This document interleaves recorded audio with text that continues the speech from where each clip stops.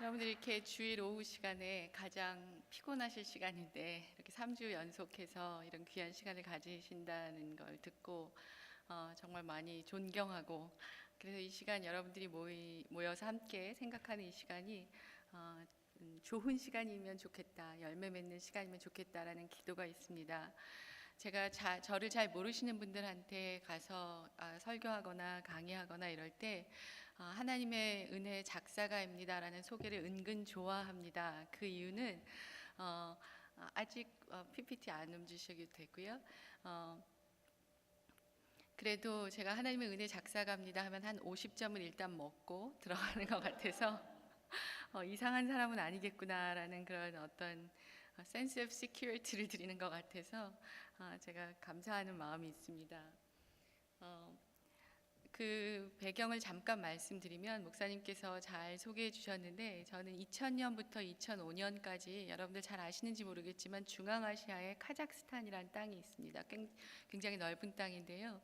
거기서 선교, 교회 개척 사역을 했습니다. 그런데 그 교회 개척 사역을 하기 전까지 제가 10년을 선교를 위해서 준비했습니다. 여기서 준비했다고 함은 제가 대학 전공도 노어 노문학을 선택한 이유는 바로 제가 러시아어권 선교사가 되기 위한 그 마음 하나로 제 대학 전공도 그렇게 결정해서 제가 캐나다 사람인데요. by document. 캐나다에서 토론토 대학이라는 곳에서 제가 노어 노문학을 전공하다가 교수님께서 야, 그렇게 열심히 할 거면 아예 본토를 가서 해라 해서 제가 92년에 레닌그라드, 여러분들이 레닌그라드라 그러면 더 잘 아시죠? 상페테르부르크라는 곳에 가서 제가 거기서 학부를 졸업했습니다. 편입해서. 그래서 제가 목숨 걸고 공부한다는 게 이런 거구나 라는 것을 느끼면서 제가 초등학교 때부터 러시아 문학을, 자문학을 공부해온 학생들과 어깨를 나란히 해서 제가 대학에서 그렇게 공부를 했고요. 그리고 공부한 이후에 또 스토리가 있지만 한 5년간 단기 선교를 카자흐스탄을 다니면서 이곳에 내가 가면 장기 선교를 하면은 좋겠다 해서 많은 분들을 사귀어서 이제 드디어 제가 10년 만에, 그러니까 20대에 헌신하고 30살이 됐을 때 제가 이제 드디어 교회 파송, 총회 파송으로 선교사가 되는데 그 선교 파송 받기 얼마 전에 제가 이제 제 삶을 한번 쭉 돌아보니까 참 잘 살았더라고요. 다른 의미에서가 아니라 20대를 좌로나 우로나 치우치지 않고 오직 선교에만 제가 헌신해서 10년을 준비했다는 사실이 제 스스로 너무 기특하고 자랑스러워서 제가 야, 조은아 너 진짜 대단하다. 어떻게 이렇게 10년을 한 길을 걸어왔니? 라고 생각을 하는데 하나님께서 저에게 제 삶의 두 번째로 들리는 음성으로 은하야,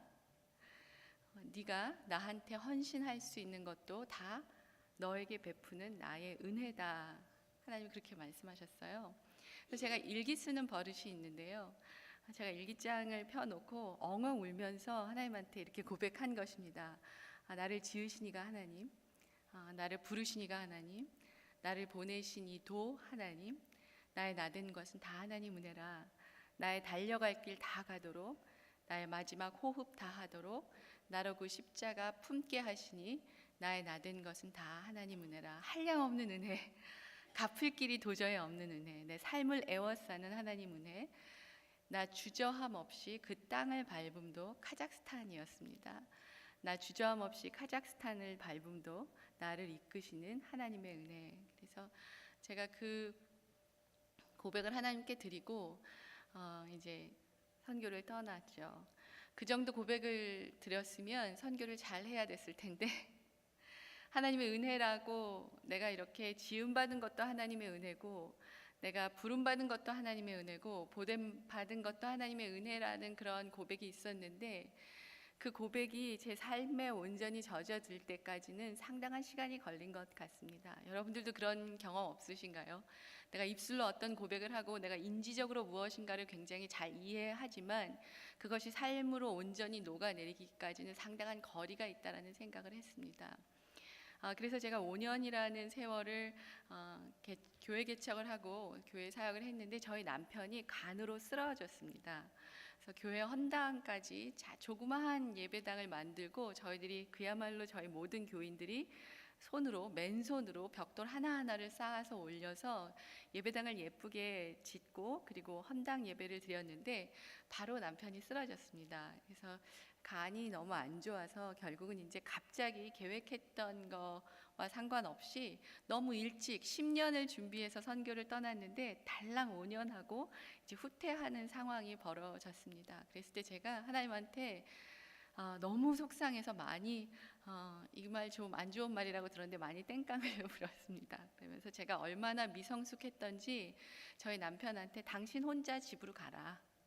난 여기 있겠다. 이렇게까지 얘기를 했었습니다. 그런데 제가 왜 그 말을 남편한테 겁도 없이 했을까 생각을 해보니까 좀 영적으로 포장을 하고도 싶었어요. 내가 정말 10년을 하나님 앞에 드리고 준비를 잘해서 왔는데 이 영혼들이 내가 너무 불쌍해서 도저히 발길을 뗄 수가 없습니다라고 영적으로 포장하고 싶었는데 제가 주님 앞에 가만히 앉아서 제 속을 들여다보면 볼수록 그게 영적으로 포장이 되는 일들이 아니더라고요. 제 안에 그게 너무 속상했던 것은 제가 투자한 거에 비해서 제가 더 많은 열매를 맺지 못했다라는 어떤 속상함이 더 많았었던 것 같습니다. 그래서 내가 하나님의 일을 한다고 하나님을 섬긴다고 말을 하면서는 사실 내 안에 내가 추구하고자 하는 게 정말 많이 있구나. 이런 현실을 제가 상당히 오래 목격한 것 같아요. 그래서 제가 선교지를 나와서 공부하게 되면서 저는 특별히 선교학에서 리더십을 전공을 했는데 그 이유는 많은 분들이 물어보세요. 왜 하필이면 선교학에서 리더십을 공부했냐? 저의 대답은 하나입니다. Out of desperateness. I was so desperate to know what leadership is all about. 제가 하나님의 일을 한다고 또 하나님의 사람들을 이끈다고 하면서 하는 일이 도대체 어떤 일인지 어떻게 해야 그 일을 잘해야 하는 것인지 제가 더 이상은 제가 알고 있는 지식 가지고는 더 이상 써먹을 수 없을 것 같은 그런 긴박성과 그리고 어떤 처절함 속에서 공부를 시작했습니다. 공부를 하면 할수록 리더십에 대해서 의도적으로 공부하는 것은 의미 있는 일이다라는 생각을 하게 됩니다. 그래서 오늘 제가 참 좋아하는 김갑부 목사님께서 부탁을 하셨을 때 제가 기쁨으로 응한 것은 제가 지금까지 배운 것들을 여러분들과 나눌 수 있는 귀한 시간이라고 여기고 여러분들에게도 복된 시간이 되기를 소원합니다. 제목이 참 좋은 것 같아요. 소그룹 리더십의 영성. 가장 리더십의 혹은 리더의 영성이 고스란히 드러내질 수밖에 없는 것은 큰 그룹이 아니라 소그룹이기 때문에 소그룹을 인도하시는 분들이 그 다른 무엇보다도 영성을 생각하시고 그것을 잘 경작하시는 일은 굉장히 중요하다라고 생각합니다.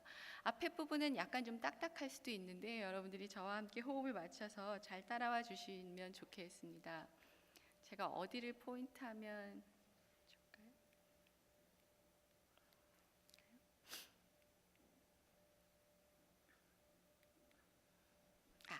됐네요.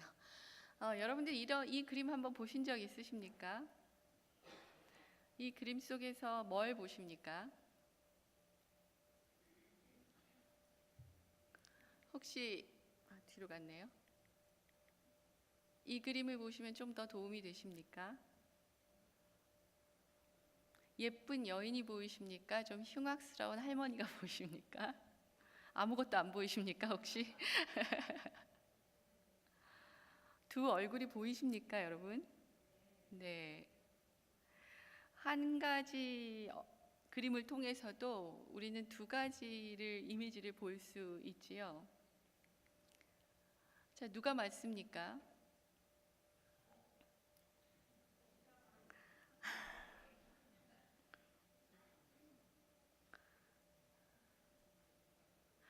지금 3시여서 내가 좀 이상하다 이렇게 생각하시는 분은 3시여서가 아니고요. 아침 9시에 보셨어도 아마 반응은 같으셨을 것입니다. 누가 맞습니까?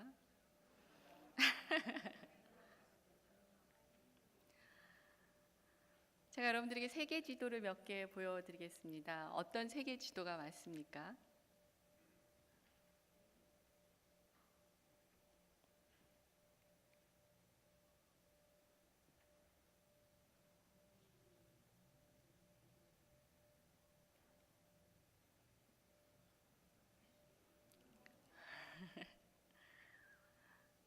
이보다도 더 많은 수의 세계 지도가 존재하고 있는데 어떤 세계 지도가 옳은 것입니까?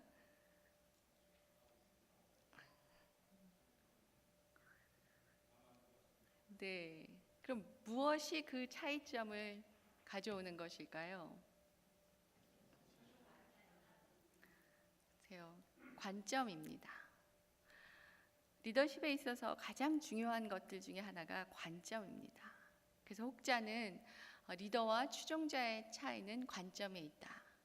좋은 지도자와 지도자의 차이는 더 좋은 관점에 있다라고 이야기합니다. 이미 제가 고백한 대로 지금 이 내용은 약간 딱딱할 수 있는데요. 까지 잘 됐는데.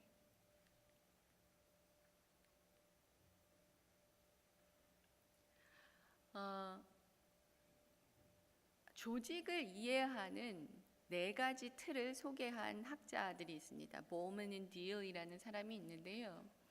이 사람들은 궁극적으로 리더십을 논하고 싶어서 우리가 다 같은 인간으로 존재하지만 그리고 다 같이 모두 작거나 큰 조직들을 다양하게 경험해 본 사람들이지만 조직을 바라보는 틀이 다 참 다르다. 조직을 바라보는 다양한 인식의 틀 중에 가장 대표적인 네 가지를 이 학자들은 제시하고 있는데 그 첫째가 바로 구조로 보는 것입니다. 하나의 조직을 스트럭처로 보는 것입니다. 이제 제가 여러분들에게 도전하고 싶은 것은 여러분들은 다 지금 소그룹을 인도하고 계시는 분들이라고 생각하는데 여러분들은 소그룹이라는 그 자그마한 조직을 무엇으로 이해하고 계시는지 스스로 좀 자문하시면서 들으시면 좋겠습니다. 그래서 사람들 안에 내재하고 있는 조직을 이해하고 바라보는 그 인식의 첫 번째 틀은 바로 구조로서 보는 거, 스트럭처로 보는 거예요. 그러면 이 스트럭처로 구조로서 조직을 이해하는 사람이 가장 먼저 떠오르는 질문은 뭐냐면 누가 누구에게 보고하느냐예요.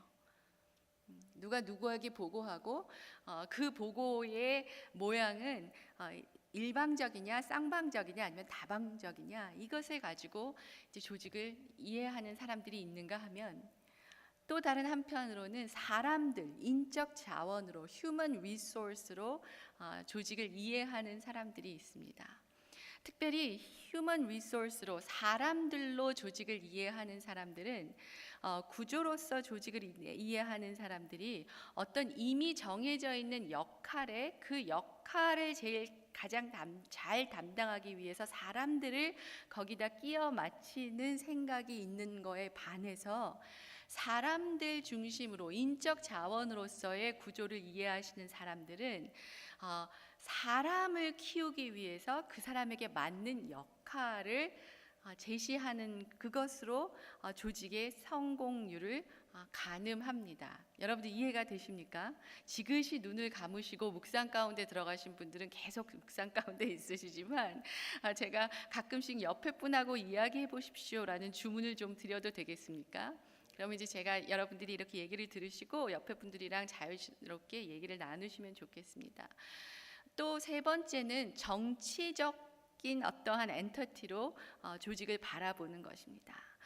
조직을 바라보는 인식의 틀이 정치적인 틀이면 누가 디시전 메이킹 파워를 가지고 있느냐, 누가 최고 결정자이냐라는 질문이 그들에게 가장 중요하고 급급한 질문입니다. 교회 안에는 교회를 혹은 소그룹을 정치적인 인식의 틀로 보는 사람이 없다고 제가 얘기할 수 있으면 참 좋겠는데 그렇지는 않다라는 것을 우리가 잘 알고 있으리라고 생각됩니다. 네 번째로 이거는 조금 어려운 부분인데요. 조직을 상징적인 틀로 바라보는 사람들이 있습니다. 그래서 상징적인 인식의 틀로 구조를 바라보는 사람들은 리더가 해야 되는 가장 중요한 일은 사람들 안에 있는 그러나 아직 채 발견돼서 열매를 맺지 못하는 그 어떤 씨앗들을 발견하고 그들이 아직 깨닫지 못하고 있는 삶의 여러 사건들의 의미들을 해석해 주므로 그 조직을 이끌어 나가는 것에 큰 의미를 부여하고 있습니다. 약간은 조금 생소한 내용일 수도 있겠는데요. 옆에 계신 분들하고 좀 얘기를 나눠보시면 좋겠습니다. 지금 조직의 틀, 조직을 바라보는 인식의 4가지 틀을 지금 조 교수가 얘기했는데, 나는 조직을 바라볼 때 그것이 교회이든 아니면 소그룹이든 나는 조직을 이 4가지 중에 이 한 가지 인식의 틀로 이해하는 경향이 짙다라는 얘기를 좀 옆에 분들과 나눠주시겠습니까?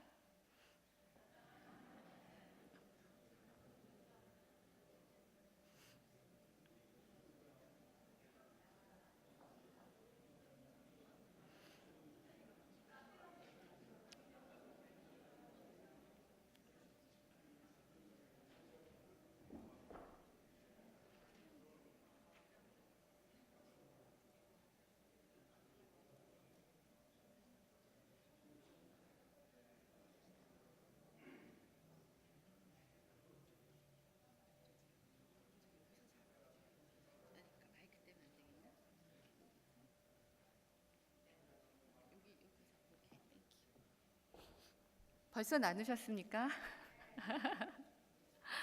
혹시 나는 소그룹을, 조직을 구조로서 바라본다. 네, 한 2분, 3분 역시 막 절절 올라오고 있습니다. 나는 인적 자원으로 사람들로 이해한다. 이렇게. 어떤 정치로 이해한다. 이렇게. 상징으로 이해한다. 네. 근데 이게 뭐 2번 손이 올라갈 수도 있어요. 그렇죠? 그러면 우리가 조금 전에 이런 것들을 봤잖아요. 그러면서 어떤 지도가 옳은 지도입니까? 라고 얘기했을 때 여러분들이 다 맞아요. 이렇게 말씀하셨잖아요. 그러면 제가 이야기하고자 하는 핵심은 이 넷 중에 하나가 옳다라는 것보다 이것들이 다 옳을 수 있습니다. 그런데 우리에게 주어지는 도전은 무엇이냐면, 우리가 소그룹을 바라볼 때 아니면 교회를 바라볼 때 어떠한 우리가 인식의 틀을 갖고 있느냐에 따라서 우리가 기대하는 리더의 이미지가 달라진다는 것입니다. 그 말은 또 어떻게 이해가 되냐면, 사람들이 이해하고 있는 조직이 어떤 건지를 잘 깨닫지 못하고 리더 혼자 자신의 열정만 가지고 자신이 가지고 있는 이미지로 이끌려고 할 때는 무엇이 생길까요? 충돌이 생기는 것입니다. 그래서 사람들이 갖고 있는 인식의 틀이 무엇인지를 깨닫고 내가 갖고 있는 인식의 틀이 무엇인지를 깨닫는 것이 상당히 좋은 출발점입니다. 여러분들 여기에 4명의 4가지의 리더의 이미지를 보고 계십니다. 뭘 보시나요? What do you see? 이거는 무슨 이미지일까요? 목자 이미지죠. 이거는요, 글래디에이터, 그렇죠? 얘는요, 정원을 가꾸는 사람에서 저희들은 정원사 모델이라고도 얘기합니다. 이거는요, 건축가. 그러면은 짝을 한번 맞춰봐요. 우리가 4가지 인식의 틀이 있었습니다. 하나는 구조, 정치, 인적 자원, 그리고 상징. 그러면은 구조로서 조직을 이해하는 사람들은 그 사람의 리더이건 혹은 추종자이건 리더에 대한 이미지는 어떤 게 가장 도미넌트한 걸까요? 건축자, 설계자입니다. 그렇다면 인적 자원은요? 목자. 정치는요? 검투사. 4번째, 상징적인 인식의 틀을 가지고 있는 사람은 정원사로서의 리더의 이미지를 꿈꾸고 그리고 그것을 실천하려고 합니다. 상당히 비슷할 것도 같지만 상당한 갭이 있는 이미지들입니다. 그래서 말씀드렸던 대로 소그룹 안에서 그리고 우리가 리드하는 저 같은 경우는 제가 어느 조그만 개척교회에서 중고등부 선생을 하고 있는데 그 조그만 그룹 안에서도 학생들이 저를 향해서 갖고 있는 기대치 그리고 제가 그 학생들을 이끌려고 할 때 제 안의 마음속에 아로새겨진 이미지에 차이가 있을 때는 그 갭을 줄여가는 것이 굉장히 중요한 것이라는 것이에요. 여러분들이 선한 목자 그리고 건축가 그리고 이분 검투사로서의 이미지의 리더에 대해서는 이미 어떤 문헌들을 통해서 또 가르침을 통해서 이미 잘 알고 계시리라고 생각이 되기 때문에 이 시간 저는 특별히 제가 이 네 번째 이미지가 제일 좋아서가 아니라 가장 여러분들에게 덜 알려진 이미지라고 생각이 되기에 여기에 대해서 조금 설명하고 넘어가고자 합니다. 정원사 모델로서의 리더의 초점은 의미를 해석해 주는 것에 있습니다. 상징을 해석해 주는 것에 있습니다. 그래서 리더는 우리가 보통 리더하면 비전 제시, 방향 설정, 목표 성취 이러한 그것들에 대한 어떤 부담감이 있습니다. 그래서 제가 리더십을 강의하면 할수록 사람들 안에 그 픽스된 이미지가 굉장히 많은데 그것이 어떤 이미지든 간에 항상 따라가는 단어들은 비전 설정, 방향 제시, 목표 성취예요. 근데 그것이 틀렸다라는 것은 아닌데 그것은 큰 그림의 한 부분에 불과하다라는 이야기를 하고 싶습니다. 특별히 정원사로서의 모델, 그러니까 정원사로서의 리더로서 자신을 생각하면 이 리더는 어떤 그 책무감을 느끼냐면은 한번 같이 읽어보실까요? 시작. 땅을 갈고 환경을 경작하는 사람, 유발하는 사람 여기까지요. 땅을 갈고 환경을 경작하는 사람. 그러니까 그 사람이 여러분들이 그분들을 향하여 어떠한 목표를 갖고 계시던지 간에 그분들이 가지고 있는 삶의 터전에서 자신들도 하나님의 뜻을 알아서 하나님을 잘 따라갈 수 있는 환경이 그들에게 없다면 그 환경을 경작해 컬티베이트 해주는 사람이 바로 리더라는 것입니다. 그리고 성장을 유발하는 사람. 제가 나중에 결론 부분에 가서 결국 리더십은 왜 필요한가를 이야기할 텐데요. 그때 가서 이 부분은 더 자세히 설명하려고 합니다. 두 번째는 조금 더 상징적으로 나와 있는 이야기입니다. 같이 한번 읽어보시겠습니까? 시작.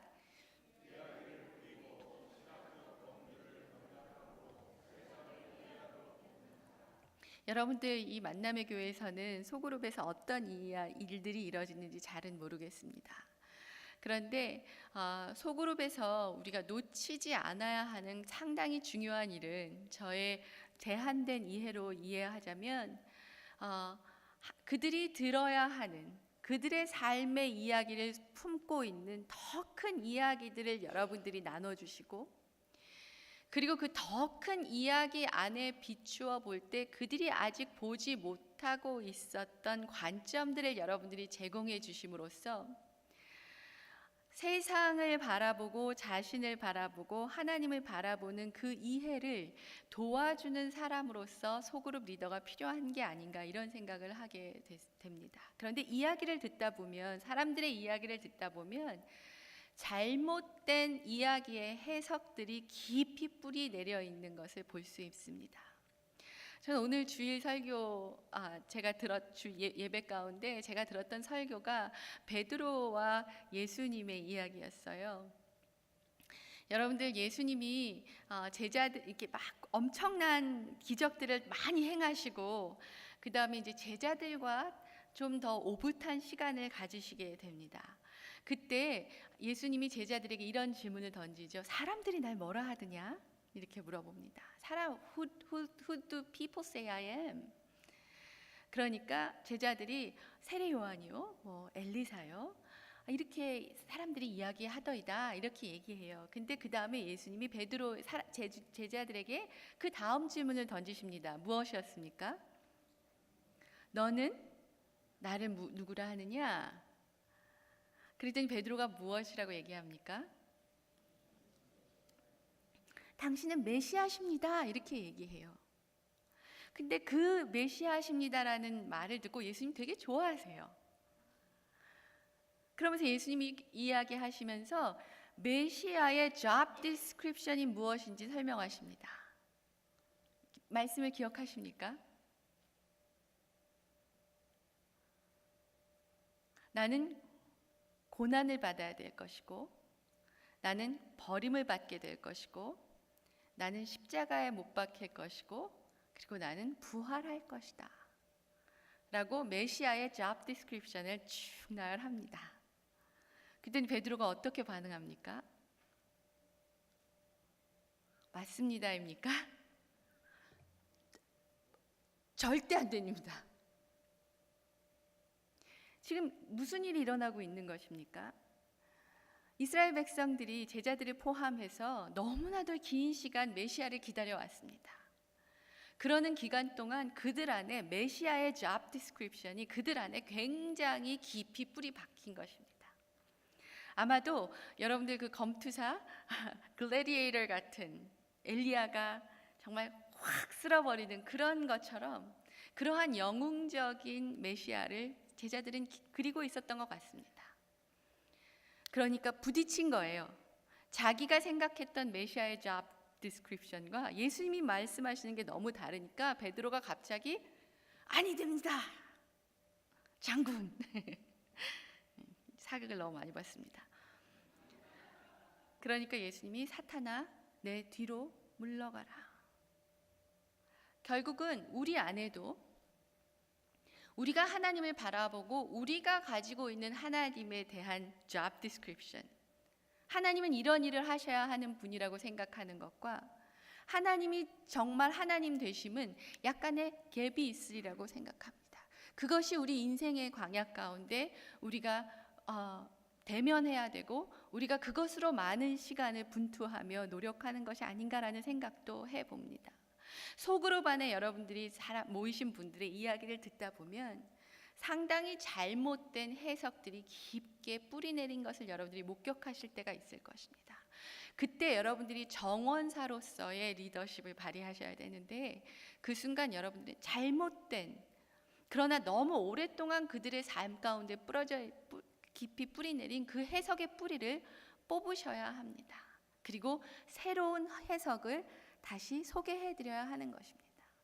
이것은 하나님과의 친밀함으로부터 흘러나오는 하나님이 여러분들을 다루심의 결과로 나오는 영성 없이는 절대로 할 수 있는 것이 아닙니다. 그래서 사실은 오늘 이렇게 3시간의 시간이라는 것을 할애할 필요 없이 우리가 정말 소그룹의 리더로서 어떻게 영성을 갖춘 사람이 되어야 할까라는 질문에 대한 단답은 정말 하나님과 말씀 속에서 여러분들이 하나님을 만나고 계시고 정말 하나님의 job description, 하나님이 당신이 누구라고 얘기하시는 그 하나님의 모습과 그 진리에 대해서 여러분들이 얼마나 알고 있고 내가 하나님에 대한 잘못된 기대치와 잘못된 이미지들이 어떤 것인지를 그 하나님의 진리의 빛 속에서 밝히 드러내서 내가 하나님과 바른 관계를 가지고, 그것이 의 아닙니까? 하나님과의 바른 관계를 가지고 있을 때 우리가 소그룹 리더십의 영성을 발휘할 수 있는 것이 아닌가라는 생각을 해봅니다. 맞습니까?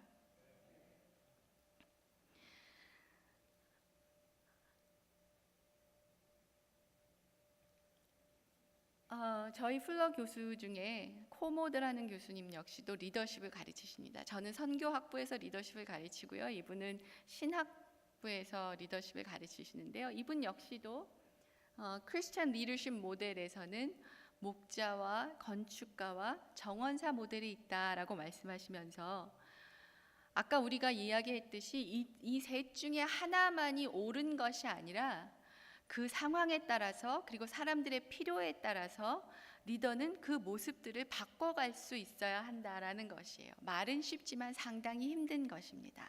그래서 그 사람은, 이 코모드라는 교수는 다층적 리더십을 이야기하는데요. 사실 조금 어렵다라고 저는 생각합니다.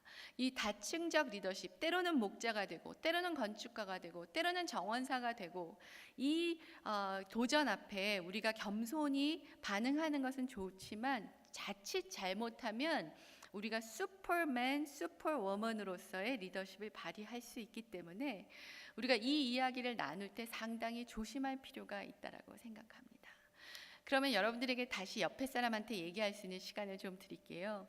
굳이 이 세 가지의 이미지로 나를 비춰본다면 나는 어떤 사람의 모습이 조금 더 내 리더십에 좀 드러나는 것일까? 만약에 부부끼리 옆에 앉으셨으면 거짓말을 치실 수 없기 때문에 좀 불안하신 거는 같은데요. 한번 옆에 분에게 이렇게 얘기해 보실게요. 내 안에는 목자로서의 그 이미지가 좀 강하다. 아니면 건축가, 아니면 정원사, 아니면 이도저도 아니다. 아니면 내 안에는 세 개가 다 있다. 아니면 난 이거는 싫다. 뭐 여러 가지들의 여러분들의 생각을 좀 옆에 분과 나눠 보시겠습니까?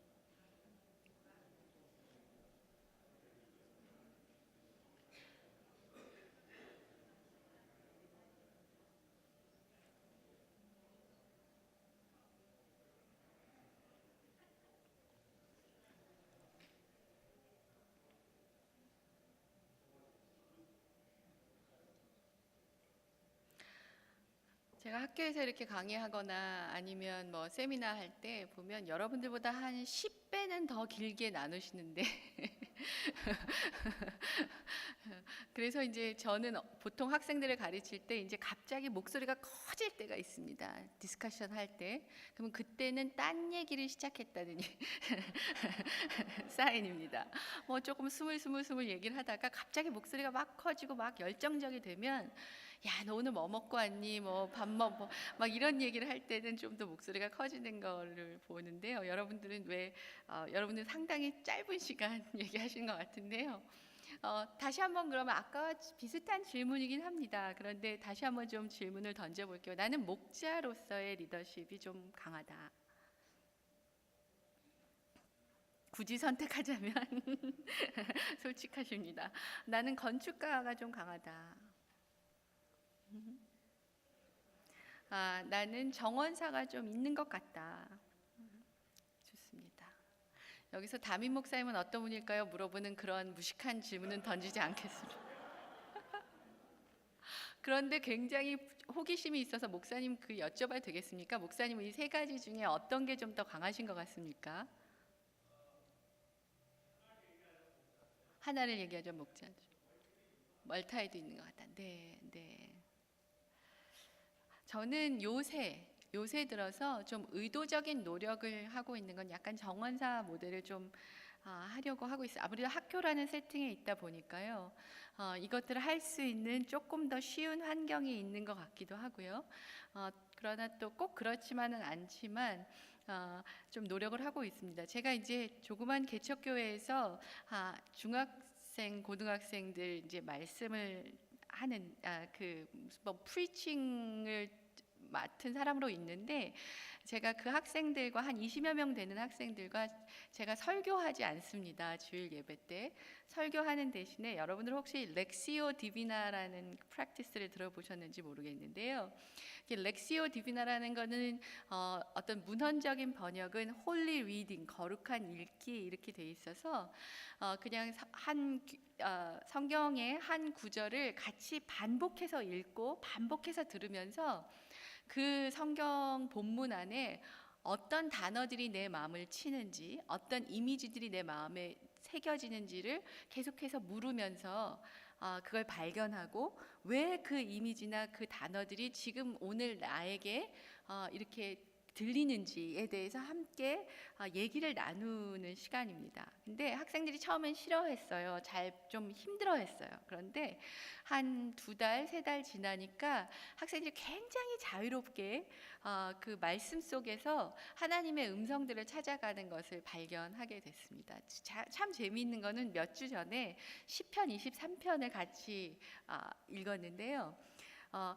아이들이 이제 6학년에서 12학년까지 있기 때문에 좀 레인지가 크기 때문에 어쩔 때는 저학년에 좀 포커스를 맞추고 어떨 때는 고학년에 맞추는데, 그날은 제가 이런 질문을 했습니다. 시편 23편을 다 읽고 나서 학생들에게 What color do you see? 이런 질문을 던졌습니다. 이 시편 23편 속에서 여러분들은 무슨 색깔을 보세요? 하고 질문을 했는데, 여러분들은 시편 23편 떠오르시면 어떤 색깔을 떠올리십니까? 벌써 파란색 하면 끝이잖아요. 저희들은요. 저도 그랬거든요. 근데요, 학생들은요, 얼마나 많은 색깔이 나오는지 모릅니다. 브라운, 옐로우, 화이트. 근데 제 마음을 좀 아프게 했던 거는 11학년 남학생들이 어떤 색깔이 제일 많이 보냐고 했냐면 블랙. 그래? 블랙? 그래서 이제 계속 얘기를 나눴어요. 그러면서 이제 제가 어떤 질문까지 갔냐면 이 말씀 속에서 어떤 하나님의 이미지가 떠오릅니까? 라고 얘기를 했어요. 근데 물론 셰퍼드도 나오고 뭐 다 나왔습니다. 근데 한 학생이 I see a dog, 개를 얘기하는 거예요. 그래서 제가 좀 당황을 했습니다. 개? 그러면서 제가 얼른 너 강아지 키우니? Do you have a pet at home? No, I hate dogs. 나는 하나님을 생각할 때 개가 생각난다라는 거예요. 그렇구나. 왜? 개는 너한테 무슨 의미야? Fear. 나는 하나님을 생각할 때 두렵다.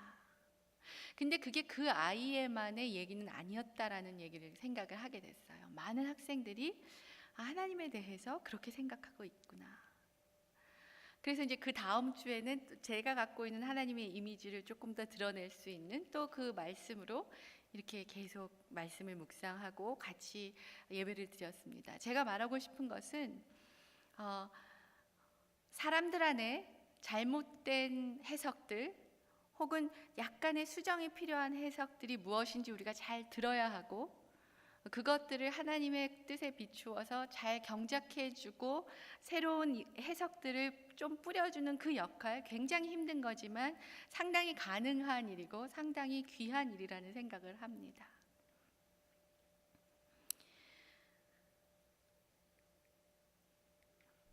여러분들이 소그룹을 하시다 보면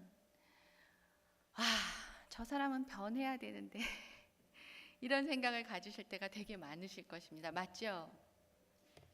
뭐 가정에서도 남편을 향해서, 와이프를 향해서 저 사람은 언제 변할까? 이 도표는 사실 조슬린 데이비스란 사람은 크리스찬이 아닙니다. 인문학을 연구하는 사람인데, 인문학을 연구하면서 인문학 속에서 발견되는 리더들의 어떤 상징적인 개념을 이렇게 정리해 놓은 것인데요. 특별히 이 사람은 이 도표를 쓸 때 어떤 질문으로 이 4가지 개념들을 정리한 거냐면, 변화를 추구하기 위한 리더들은 어떠해야 하는가라는 질문 앞에 이 데이터를 수집한 것입니다. 이 그림에 보시면 여러분들 한번 해석해 보시겠습니까? 변화를 위해서 리더가 솔선자일 때 가장 변화가 잘 일어난다라는 얘기를 하고 있습니까? 아니에요. 그 반대예요. 제일 밑이에요. 물론 이 사람의 말을 우리가 100% 동의할 필요는 없습니다. 그런데 이 사람이 우리에게 보여주고 있는 연구의 결과는 우리에게 좀 좋은 도전을 주고 있다라고 생각해요. 이 사람이 말하는 걸 해석하면 이와 같습니다. 변화를 위해서 한 지도자가 혼자 모범이 되어서 솔선수범하는 것만으로는 사람들 안에 변화가 일어나지 않는다라는 것입니다. 물론 이것이 우리가 성경적으로 해석했을 때 완전히 옳은 말은 아니다라고 해석하시는 분들이 계실 수도 있습니다. 그걸 저 환영합니다. 그런데 이 사람의 얘기를 좀 더 들어보면 아하라는 동의가 좀 나올 수 있는데요. 한 사람이 그냥 혼자 죽어가는 경지에 이르기까지 혼자 목숨을 바쳐서 솔선수범하는 것로만은 변화가 일어나는 것이 아니라 오히려 다른 사람들을 격려할 때 조금 더 변화가 일어날 수 있고, 또 하나는 그 사람들을 아까 얘기했던 어떤 정원사의 모델에 비추어서 양성할 때 하나님의 사람들로, 우리의 기독교적인 언어로 얘기하자면 그 사람들이 정말 하나님의 사람들로 예수 그리스도를 따르는 자들로 잘 성장할 수 있도록 그들을 이퀄시키는, 양성시키는 사람이 될 때 변화가 더 일어날 수 있다라고 얘기하고요.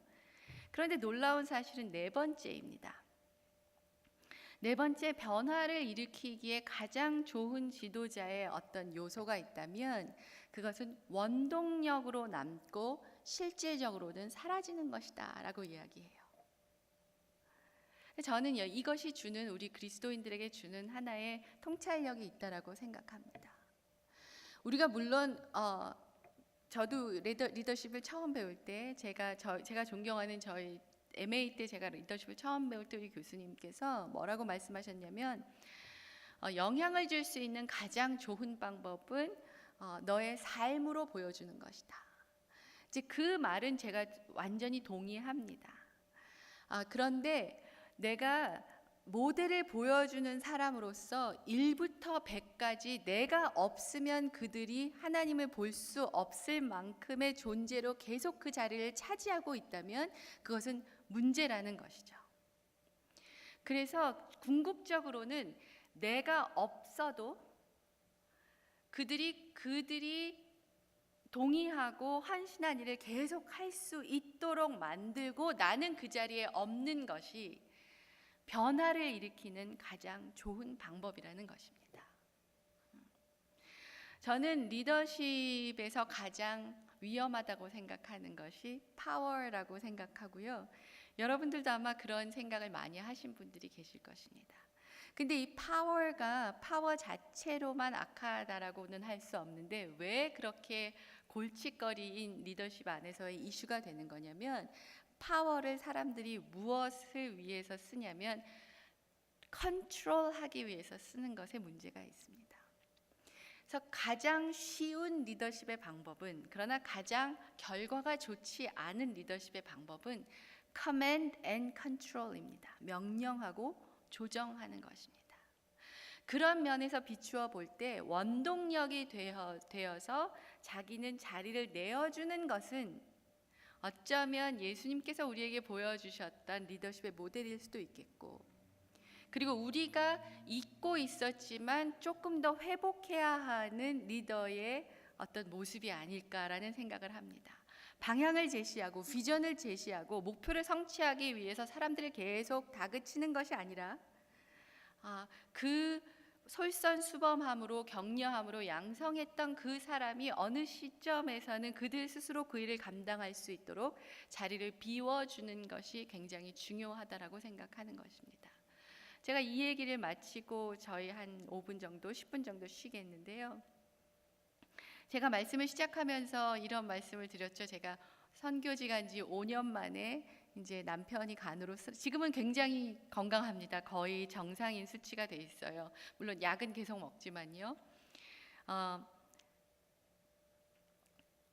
갑자기 이런 청천벽력 같은 얘기를 듣고 의사가 순교하기 원치 않으면 일단 후퇴하십시오 이런 말씀을 하시면서 이걸 하나님의 음성으로 들어야 하나 말아야 하나 굉장히 고민하면서 사실 여러분들도 비슷한 경험을 하신 분들도 계시겠지만 선교사가 선교지를 떠나 나온다라는 것만큼 비참한 경험은 없습니다.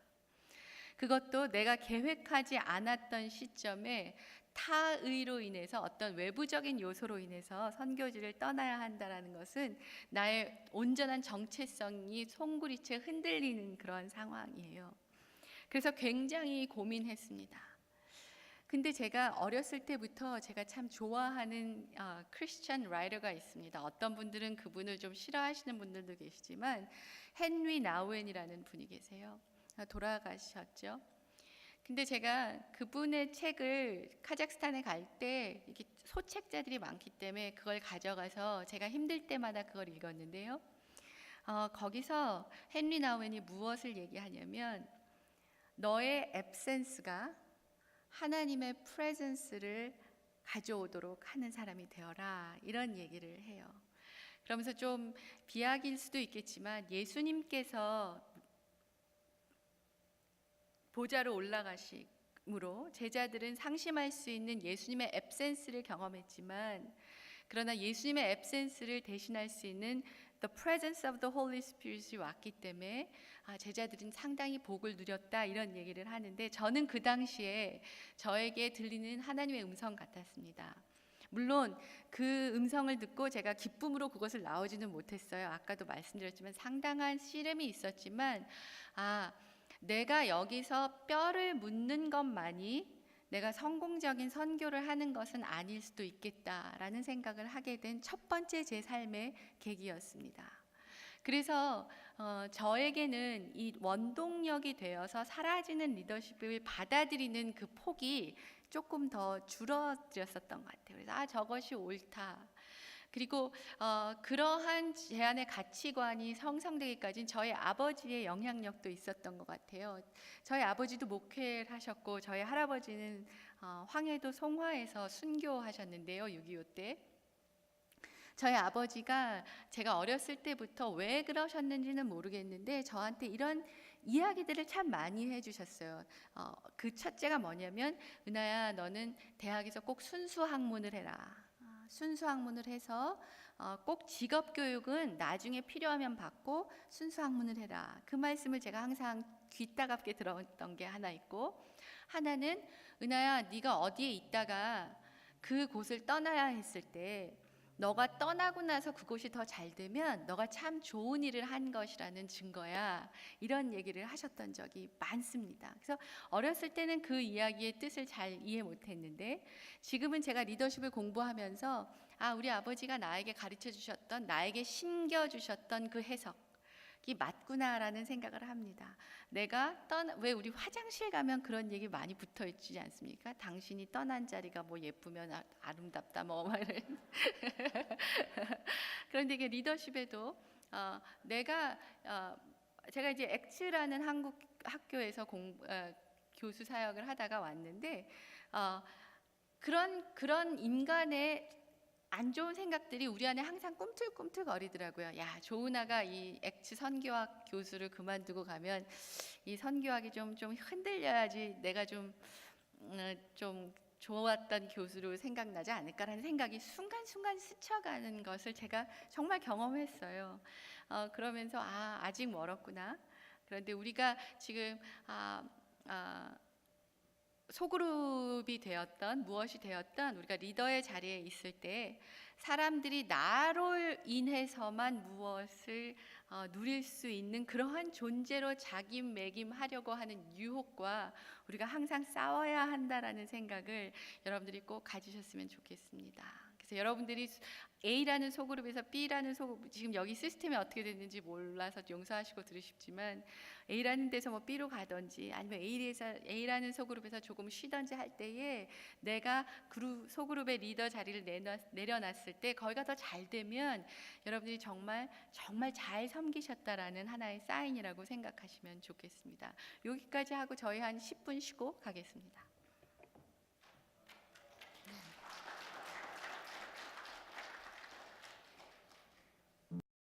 이게 완벽한 것은 아닌데요.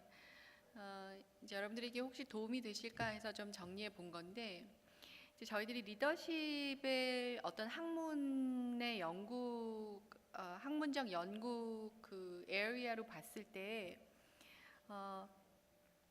리더십이 처음 연구가 됐을 때는 사실 리더는 태어나는 것이냐 아니면 만들어지는 것이냐라는 질문으로 상당한 오랜 시간을 보냈습니다. 그리고 그 질문의 중심에는 무엇이 있었냐면 리더들은 다 공통적으로 가지고 있는 특성들이 있다라는 그런 주장이 있어서 리더십의 첫 번째 그 학문적으로 발전했을 때 초기에는 특성 이론, 그러니까 지도자 특성 이론이라는 것이 아주 장악했어요. 그래서 그 첫 번째 그 초창기의 리더십의 연구에 대한 거는 다 보면 리더는 이러이러한 특성들이 있는 사람들이다.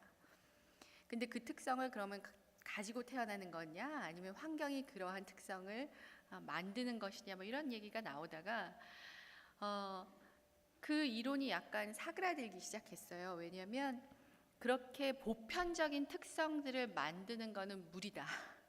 유니버설한 어떤 특징들이 트레이트들이 있는 것이 아니다. 그러면 그렇기 때문에 그 뒤를 이루었던 것이 어떤 상황 이론이라는 것이었어요. 다양한 상황이 다양한 리더들을 만들어내는 것이다. 그래서 어쨌든 이 말씀을 드리는 것은 저는 개인적으로 리더의 특성 이런 얘기 좀 싫어합니다. 왜냐하면 그것이 그렇게 보편성을 갖고 있다고는 생각하지 않아요. 그럼에도 불구하고 제가 신구약 성경에서 상당히 많은 지도자들 저희들이 보게 되는데 그들 가운데 특별히 끝까지 잘 마친 지도자들을 보면 이러한 특성들이 목격된다라는 의미에서 드리는 것이지 이것이 절대적인 어떤 특성 리스트는 아니라는 것이죠. 재미있는 사실은 우리가 성경에서 참 많은 인물들을 대면하게 되는데 그 인물들 중에 몇 퍼센트 정도가 여러분들 끝까지 잘 마쳤다고 생각하십니까? 성경에는 우리가 그 끝을 알 수 있는 사람들이 그렇게 많지는 않은데요. 그 끝까지 우리가 목격할 수 있는 사람들 중에는 3명의 1명꼴만 끝까지 잘 마친다라는 통계가 있습니다. 근데 그 통계가 우리 보통 일상에서의 지도자들을 봤을 때도 그렇게 다른 분석이 나오지 않아요. 옆에 분들 이렇게 한번 보시겠습니까? 그러면은 좌우에 있는 사람 나까지 포함해서 통계학적으로 얘기하면 3명에 1명 정도 옆에 계신 장로님들은 끝까지 잘 못 맞추시고 나는 끝까지 잘 맞힐 수 있는 그런 확률 정도가 있는 것입니다. 그래서 지도자들이 잘 시작하는 것이 중요하지만 끝까지 잘 마치는 것이 상당히 중요하기 때문에 우리들이 이러한 특성들을 생각하면서 우리가 가져야 하는 관점이 있다면 그것은 끝까지 잘 마치기 위한 하나의 가이드로 여러분들이 보시면 좋겠다라는 생각을 합니다. 하나님에 의해서 부름받고 하나님에 의해서 깨끗함 받고 그리고 하나님에 의해서 보내심 받고 그리고 하나님에 의해서 보존되고 그리고 하나님이 주시는 능력으로 하나님의 인도하심을 따라서 겸손함으로 그러나 세상에서는 버림받았으나 그러나 하나님 주신 하나님의 선교에 있어서는 승리하는 그러한 모습이 우리 리더들을 성경에서 목격되는 끝까지 잘 마치는 성경에 나오는 인물들 안에 목격되는 특성이라고 생각합니다. 여러분들이 이제 간식까지 들어가셔서 약간 눈꺼풀이 내려오실 것 같은데, 제가 하나님의 은혜 말고 제가 지은 다른 곡 하나를 소개해 드릴게요. 이런 얘기하면은 조금 더 안 졸리시잖아요.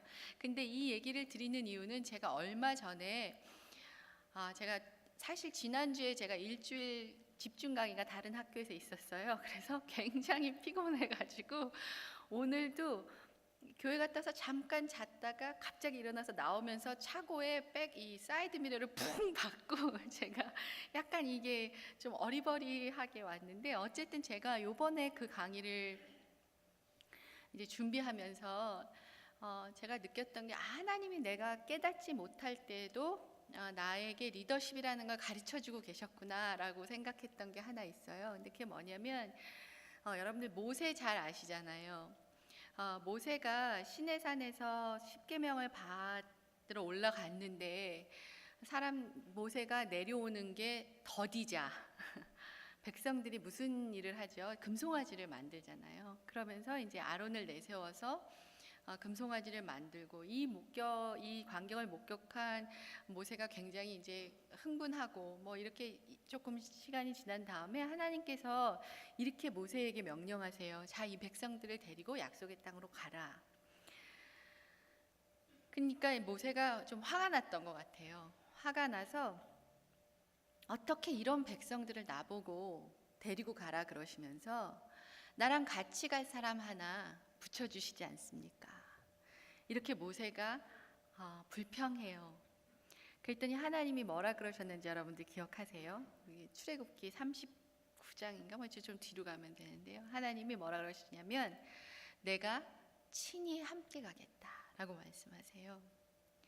근데 제가 이 말씀을 제 생각엔 선교 가기 전이었던 것 같아요. 20대 후반에 제가 이 말씀을 들으면서 너무 느낌이, 하나님이 나에게 주실 수 있는 최고의 복, 내가 누릴 수 있는 최고의 복은 하나님의 임재다라는 느낌이 있었어요. 그래서 여러분들 혹시 아실지 모르겠는데 축복하노라라는 찬양이 있어요. 이제 그거를 이제 제가 그때 쓴 건데요.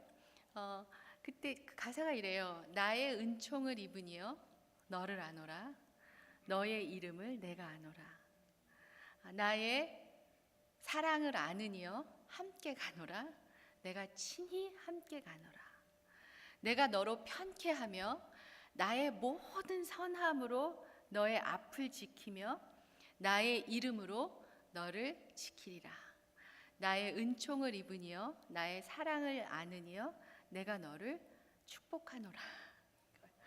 근데 이거를 자꾸 사람들이 웨딩송으로 부르더라고요.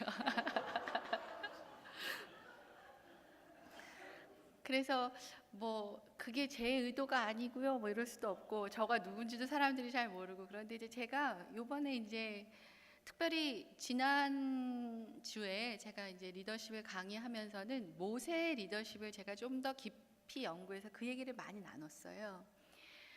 근데 모세의 리더십에 있어서 우리가 배울 수 있는 게 뭐냐라는 질문을 던졌을 때, 모세는 약속의 땅을 못 갔잖아요. 그런데 그 이유가 무엇일까를 굉장히 저희 목사님들이랑 모임 목사님들이랑 심도 있게 논의를 했었는데, 내가 가장 귀하게 여기는 것에 대해서 하나님은 분명히 다루신다는 거예요. 아브라함에게 있어서는 그것이 이삭이었고, 하나님은 분명히 그 이삭을 다루셨고, 모세에게 있어서 약속의 땅만큼 그렇게 좋은 게 없었을 터인데, 하나님은 그 약속의 땅을 사실은 그에게 허락하지는 않으셨는데, 그것이 은혜가 아니냐? 저는 그것이 굉장한 은혜라고 생각해요. 그리고 아까 우리가 간식 먹기 전에 요거를 보았는데, 모세는 원동력으로 그 이스라엘 민족들을, 그 어려운 완강한 이스라엘 민족들을 가나안 땅으로 가게 하고, 그리고 자기는 사라졌어요. 그런데 그 사람들이 무엇을 기억해야 하는지 정말 잘 가르쳤어요. 우리의 인생에 있어서 가장 중요한 거는 저는 하나님을 기억하는 거라고 생각합니다. 그래서 요단강을 건너가서 이제는 진짜 약속의 땅으로 가기 직전에 예수님은 하나님께서는 계속해서 요구하시는 게 하나인데 Remember me, 나를 기억하라라는 것이었어요. 근데 저는 모세는 이스라엘 민족들로 하여금 하나님을 기억할 수 있도록 무단히 열심히 가르쳤던 선생으로 자신의 일을 정말 잘 마친 모세라는 생각을 하게 된 것입니다. 하나님께서는 모세에게 지팡이를 허락하셨는데 그 지팡이는 하나님의 권위를 나타내는 지팡이로서만 그 역할을 했어야지, 자신의 열정을 나타내는 지팡이로 사용됐을 때 하나님께서는 분명히 반응하셨습니다. 그래서 지금 여러분들이 하나님께서 주신 권위가 있고 하나님께서 주신 책임감도 있는데 그 모든 것들을 하나님을 나타내는 수단으로만 사용하셔야지, 여러분의 어떤 과잉된 열정의 수단으로 사용하셔서 바위를 2번 치면 하나님께서 그 부분을 그냥 간과하시지는 않는다라는 것입니다. 그런데 우리가 리더십에 있어서 가장 중요한 것들 중에 하나는 바로 하나님의 임재를 알고 하나님의 임재 속에서 살아가는 것. 내가 하나님의 이름을 알고 하나님도 나의 이름을 알아서 하나님의 선하심으로 내가 그분을 따라가는 그것이 아닐까 이렇게 생각해서 약간 자랑 겸 축복하노라도 제가 썼습니다라는 말을 했습니다. 결론적으로 제가 리더십 강의를 할 때는 사실 이 부분은 제가 어느 곳에 가서 어떤 강의를 하든지 이 부분으로 마무리하곤 합니다. 어떻게 생각하면 제가 되게 귀히 여기는 내용이라고 생각해요. 그런데 사실 우리도 다 알고 있지만 우리가 망각하고 있는 것, 특별히 리더십에 있어서 우리가 망각하고 있는 부분이라고 생각해서 말씀드립니다. 그래서 제가 리더십을 가르치면서 제일 마지막에 던지는 질문은 리더십에 있어서 하나님의 기쁨은 어디 있는가? 하나님, where is God's joy in leadership?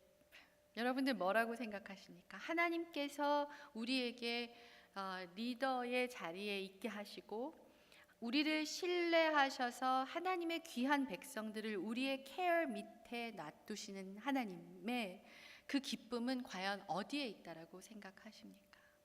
물론 답이 하나라고는 생각하진 않습니다만 제가 리더십을 가르치면 가르칠수록 또 교회의 목사님들을 많이 대하면 대할수록 우리가 항상 간과하고 있는 게 하나 있는데 그것은 바로 하나님의 기쁨은, 리더십에서야 하나님의 기쁨은 예수 그리스도의 몸에 있다라는 것입니다.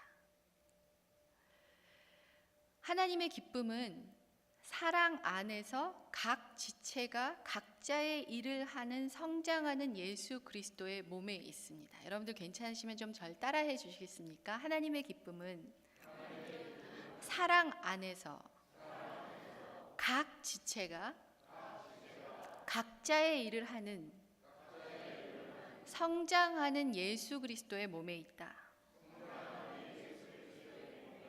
여러분들 동의하십니까? 여러분들 여기에 쓰여 있는 이 간단한 문장이지만 사실 많은 내용이 들어가 있는데요. 여러분들은 어떤 단어에 지금 반응하고 계신지 좀 들을 수 있겠습니까? 여러분은 어떤 단어가 가장 중요하게 다가오십니까? 여러분에게는 어떤 단어가 가장 중요하게 다가옵니까? 성장, 또 사랑 안에서, 또요? 일,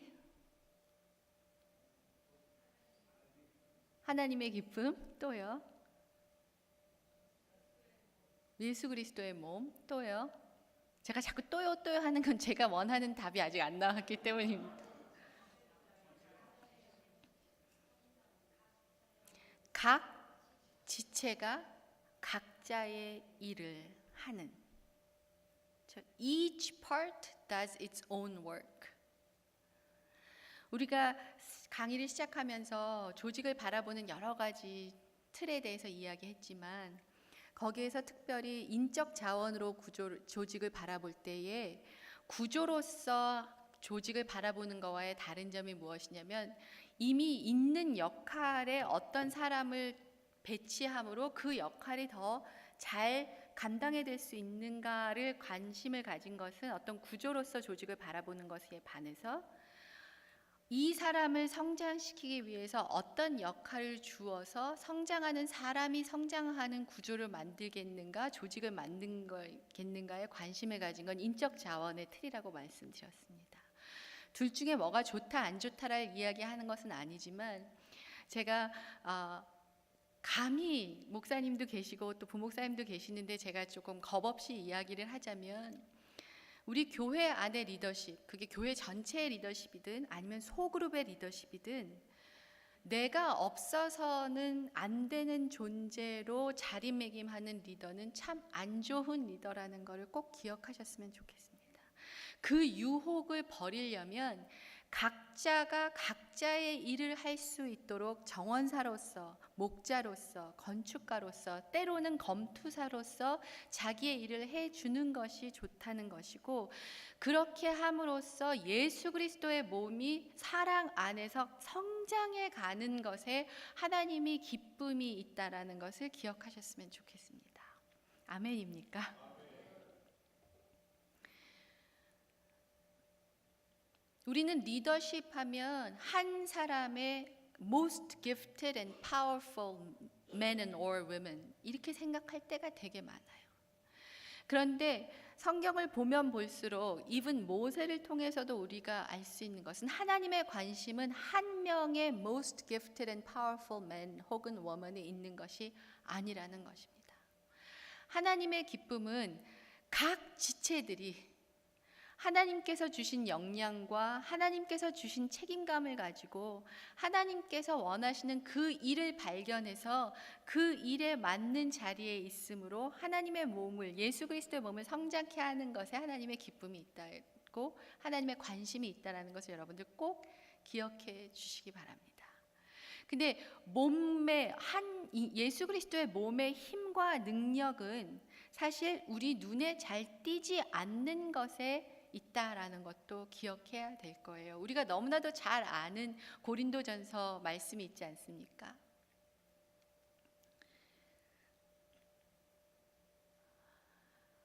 그래서 우리가 교회 안에서 권사님으로, 장로님으로, 안수 집사님으로, 또 셀 리더로 우리가 이렇게 섬기는 것에 있어서 내가 어떤 일을 위해서, 어떤 섬김의 일들을 위해서 준비되고 있는지에 대해서 굉장히 열심히 부지런히 질문해야 한다라고 생각합니다. 그리고 그리스도의 몸 안에서 내가 지금 하고 있는 이 섬김의 일의 궁극적인 목적이 무엇인지도 상당히 자주 이야기하고 상기해야 한다라고 생각합니다. 그 말은 무엇이냐면 하나님께서 품으시고 계시는 그리스도의 몸에서 각 지체가 섬김의 일을 감당함으로 보기 원하시는 일의 결과가 무엇인지를 분명히 알고 있어야 한다라는 것이에요. 그래야 베드로가 예수님을 향하여 절대 그러시면 안 됩니다라는 반응이 나오지 않는다라는 것입니다.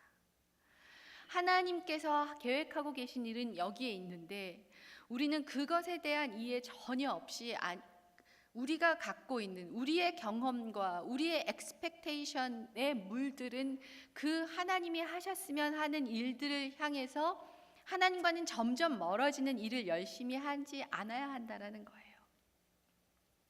저는 리더십을 가르칠 때 리더십과 매니지먼트는 상당히 다른 겁니다라고 주장하는 사람 중에 하나입니다. 어떤 리더십 학자들은 매니지먼트와 리더십이 같은 거라고 이야기하는 분들도 계세요.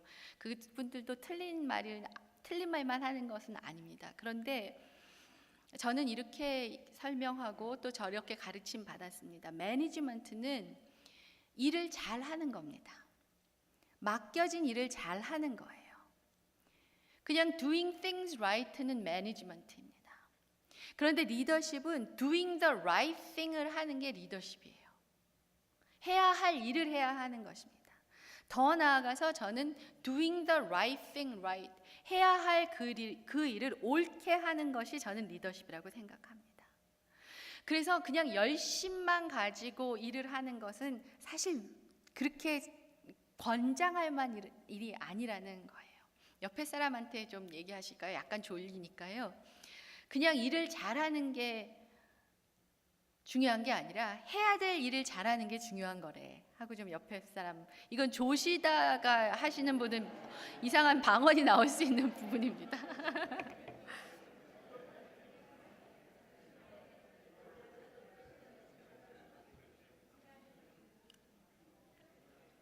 그렇죠? 그냥 일을 잘하는 것. 그냥 이거 해라 그래도 네, 저거 해라 그래도 네. 이거는 매니지먼트예요. 그게 필요 없다라는 건 아닙니다. 교회 안에 그 일을 감당해 주시는 분들이 계셔야 해요. 그런데 처음부터 끝까지 그렇게만은 할 수 없다는 거예요. 내가 하기로 부름받은 그 일을 발견하는 것이 중요하다라는 것입니다. 만약에 그것이 리더라는 이름으로 그것을 누군가의 일에 그것을 방해하고 있다면 그것은 잘못된 리더십이라는 것이죠. 그래서 해야 할 그 일을 할 수 있도록 내가 하나님 앞에서 꾸준히 노력하고 질문하고 발견하는 것 역시도 겸손한 섬김의 일이라는 것입니다.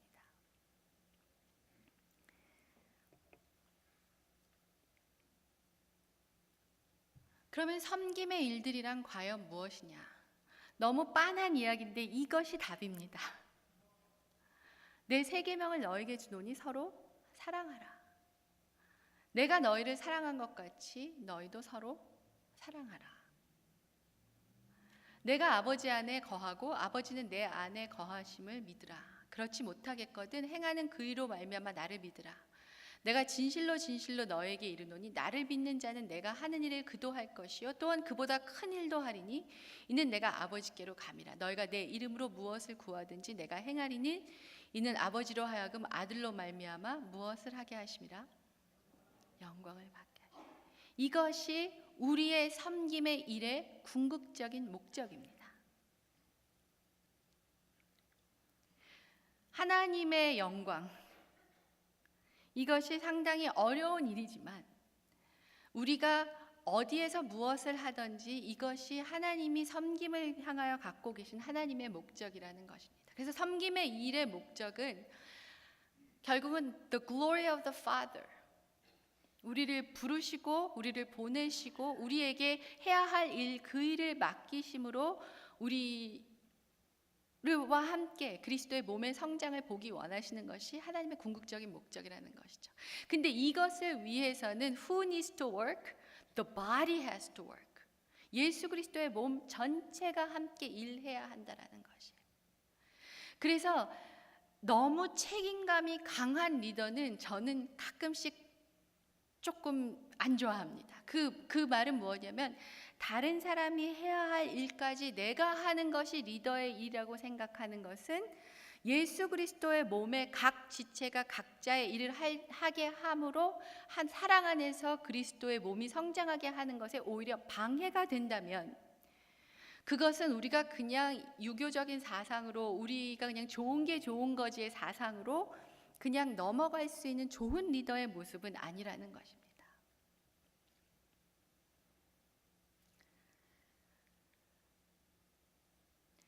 그리스도의 몸의 섬김의 일들의 결과는 그러면 무엇이냐? 그리스도 몸 각 지체의 변화된 삶이라는 것입니다.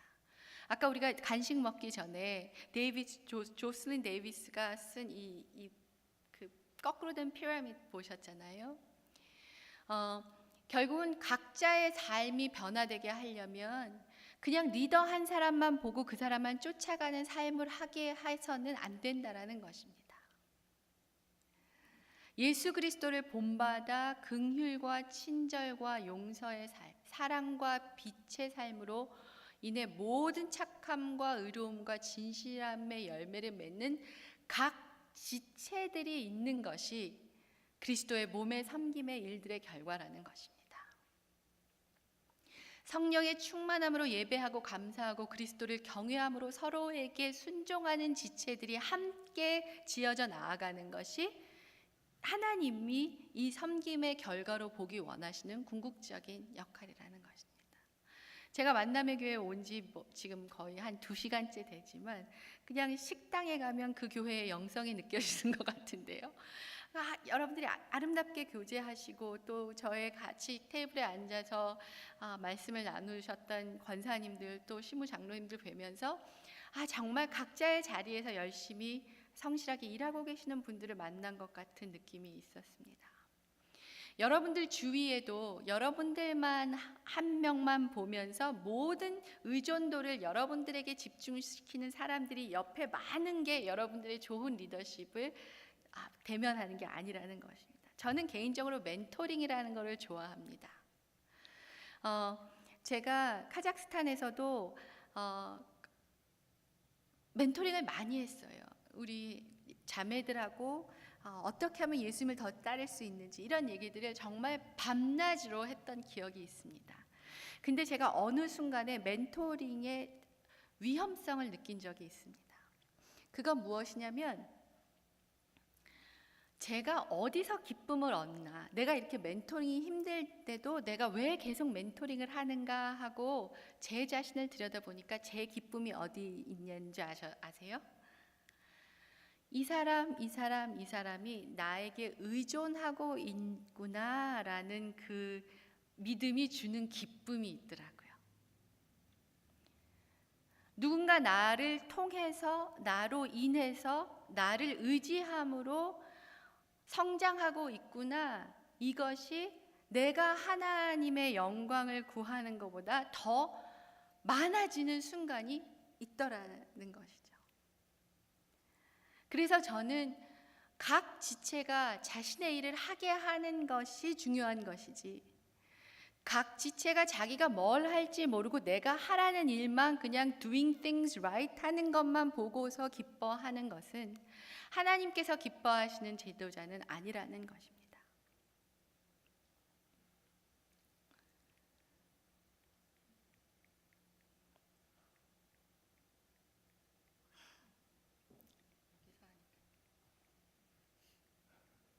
여기서 지금 뭐 하나님의 계시가 있고 그런 건 아니죠?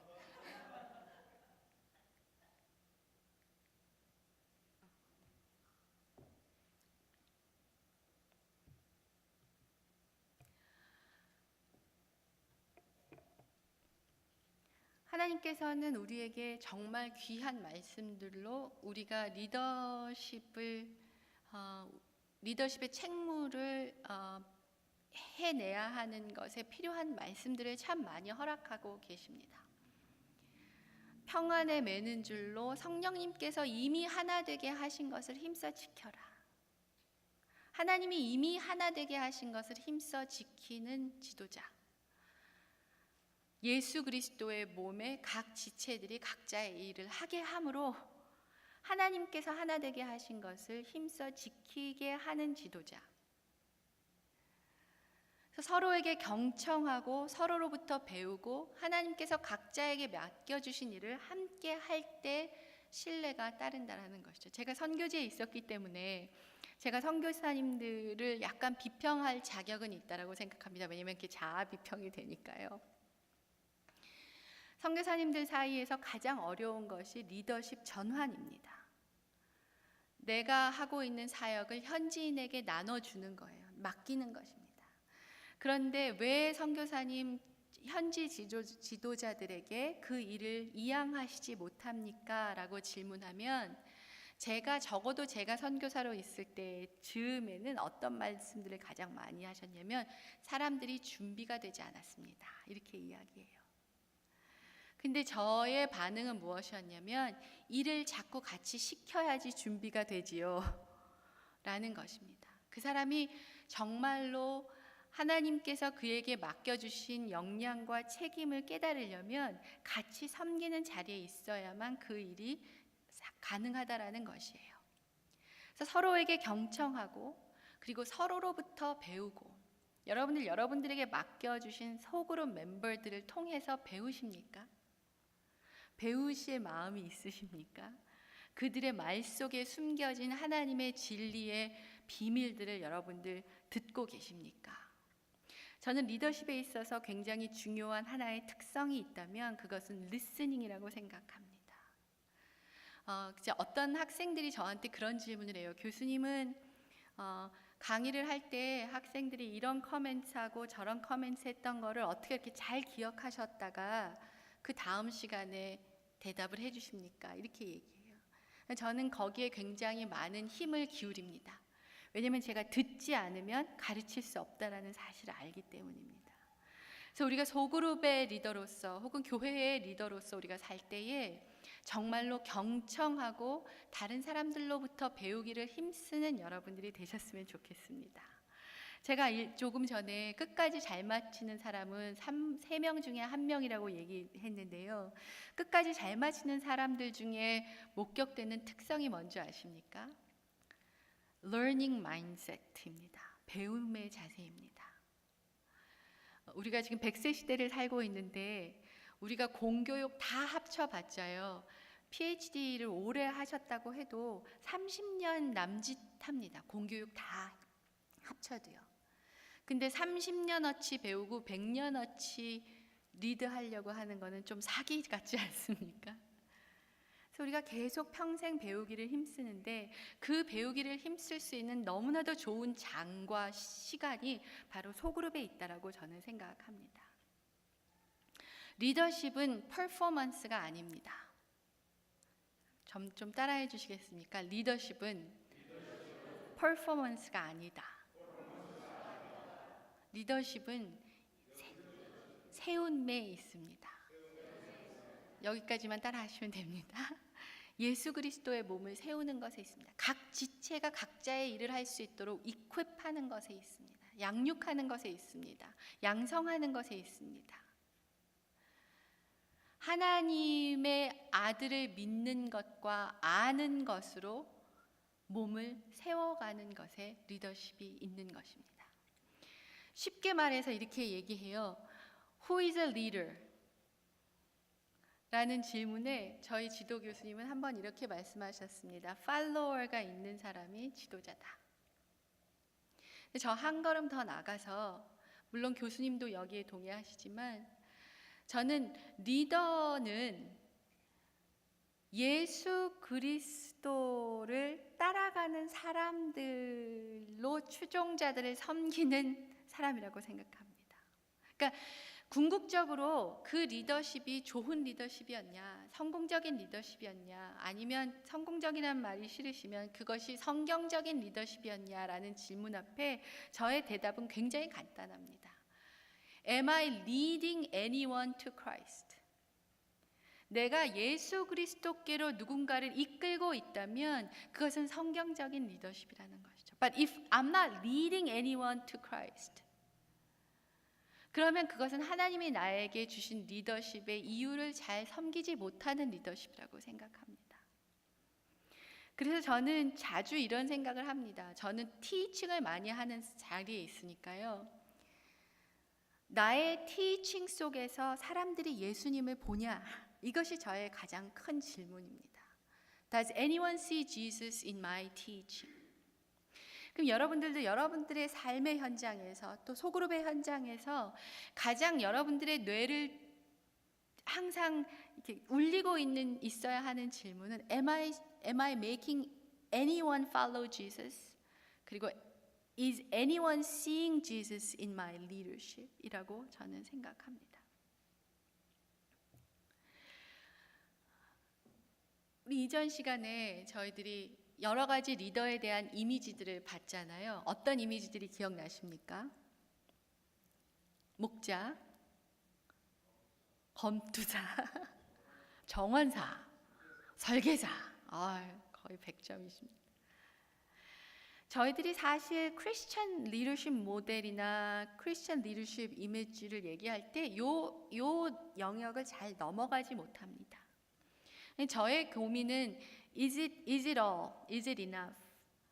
해서 굉장히 성경 속에서 하나님께서 우리에게 보여주시고 싶어 하시는 리더십의 이미지는 무엇일까? 좀 많이 고민하고 제 지도 교수님과도 많은 그런 이야기를 나눴습니다.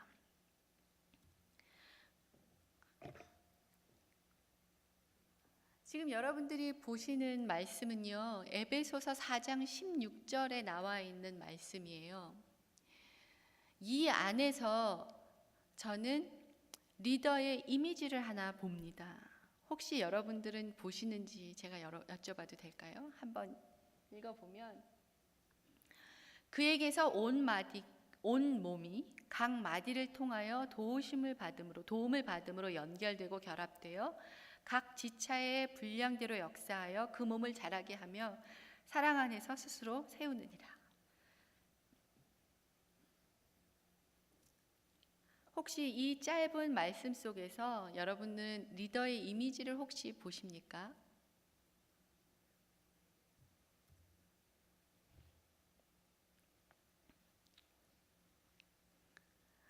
자라나게 하는 거죠. 근데 어떤 모습으로 자라나게 하는 거로 보이십니까? 네? 전심으로. 오케이. 또요. 어떤 이미지가 보이십니까? 혹시 영어가 편하시면 영어로 가시면요. 거기에는 조금 더 정확하게 나와 있다라고 봅니다.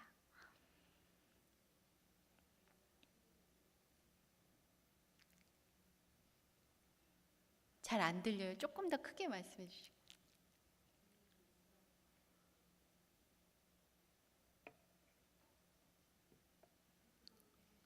스스로 세우느니라. 또요. 제가 또요는 이제 제가 원하는 게 아직 안 나와서 또요 하는 거죠.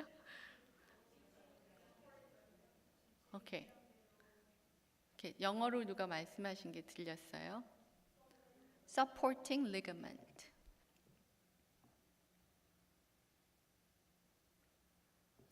The head is Christ. 그렇죠? 머리는 예수 그리스도다. From whom the whole body. 컴마 있는 거 하고서 the whole body grows and builds itself up in love as each part does its work. 그렇죠? 근데 이 whole body가 어떻게 되어 있냐면은 그 컴마 안에 들어 있습니다. 어떻게 되어 있다고요? Joined and held together by whom? By supporting ligament.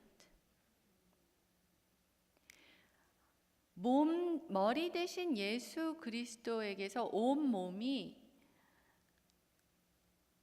연결되고 결합되어서 각 지체의 분량대로 역사하며 그 몸이 자라게 하는데 여기서 리더의 역할이 무엇이냐? Supporting ligament. 친절한 조은아가 그림을 그려왔습니다. 여기 혹시 의사 선생님 계시거나 뭐 한의사 계시면 제가 번데기 앞에서 주름 잡는 게 되는데요. 리가먼트는 인대라고 알고 있습니다. 인대는 뼈와 뼈를 연결해 줍니다. 그 인대가 없으면 사실 이 마디가 일을 할 수가 없어요. 근데 it is not visible. 우리 아들이 키가 굉장히 작은데 지금 이제 대학교 2학년인데 너무 풋볼을 좋아했어요. 근데 키는 작고 그러니까 그냥 하면서 맨날 인대 다쳐오는 거예요. 근데 인대가 다치면 얘가 이걸 잘 쓰지 못해요. 그 아주 작은 부분인데도 인대가 다치면, 리가먼트가 다치면 그 펑션을 잘 못하는 거예요. 손가락도 펑션을 잘 못하는 거예요. 저는 여러분들이 오늘 배우셨던 거 다 잊어버려도 되는데요. 조은아가 하나님의 은혜 썼다, 축복 하나로 썼다 그거 말고 다 잊어버리셔도 좋은데요. 얘는 안 잊어버리셨으면 좋겠어요. 우리는 지금까지 리더하면 아까도 계속 말씀드렸지만 비전 제시, 방향 설정, 결정, 성취 막 이런 거에 있고 그것이 필요 없는 건 아닌데요. 그 일을 어떻게 감당하느냐가 상당히 중요하다라고 생각합니다. 근데 저는 성경 속에서 숨어져 있는 이 이미지를 발견하고 교수님하고 참 좋아했어요. 교수님, maybe we are all called to be a supporting ligament. 근데요, supporting ligament가 우리 몸에 하나예요, 두 개예요, 아니면 많아요? 많아요. 하나의 서포팅 리거먼트로 이 말 쓰지 말라 그랬는데 자꾸 쇼부 이 말 되게 안 좋은 저기 일본 말이죠. 내가 하나의 유일한 리거먼트가 되어 나 없이는 그 누구도 기능할 수 없는 게 만드는 것이 내 리더십의 목적이 될 수 없다라는 거예요. 나와 같은 리거먼트를 세워 나가는 것이 리더의 잡이라는 것입니다. 여러분들에게 하나님이 정말로 귀하게 여기시는 사람들을 여러분들의 리더십 아래, 여러분들의 리더십의 섬김 가운데 두신 이유는 그들 역시도 각자의 일을 발견해서 할 수 있는 또 하나의 서포팅 리거먼트가 될 수 있도록 여러분들이 때로는 솔선수범하시고, 때로는 여러분들이 격려하시고, 때로는 여러분들이 양성하시고, 때로는 원동력이 되어 사라지심으로 그들이 그 일을 각자 할 수 있도록 하는 것이 여러분들의 부르심이라는 것입니다. 후원하는 마디, 지탱해주는 마디, 그 마디로 여러분들이 섬기신다면 정말 교회가 좀 사랑 가운데서 자라나지 않을까라는 소망과 기도를 해봅니다. 여러분들 좀 옆에 분들한테 아까 막 찬양도 하시는 분들은 막 허그도 하라고 막 그러셨는데 후원하는 인대가 되시면 좋겠습니다 하고 여러분들 옆에 분들에게 좀 격려해 주시겠습니까?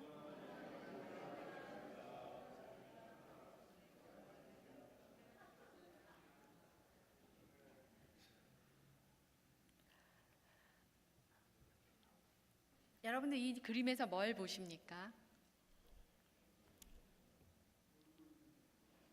네? 놀고 있는 개미요? 제가 잘 안 들렸습니다. 죄송합니다. 제가 이제 집에 갈 때가 다 된 것 같습니다.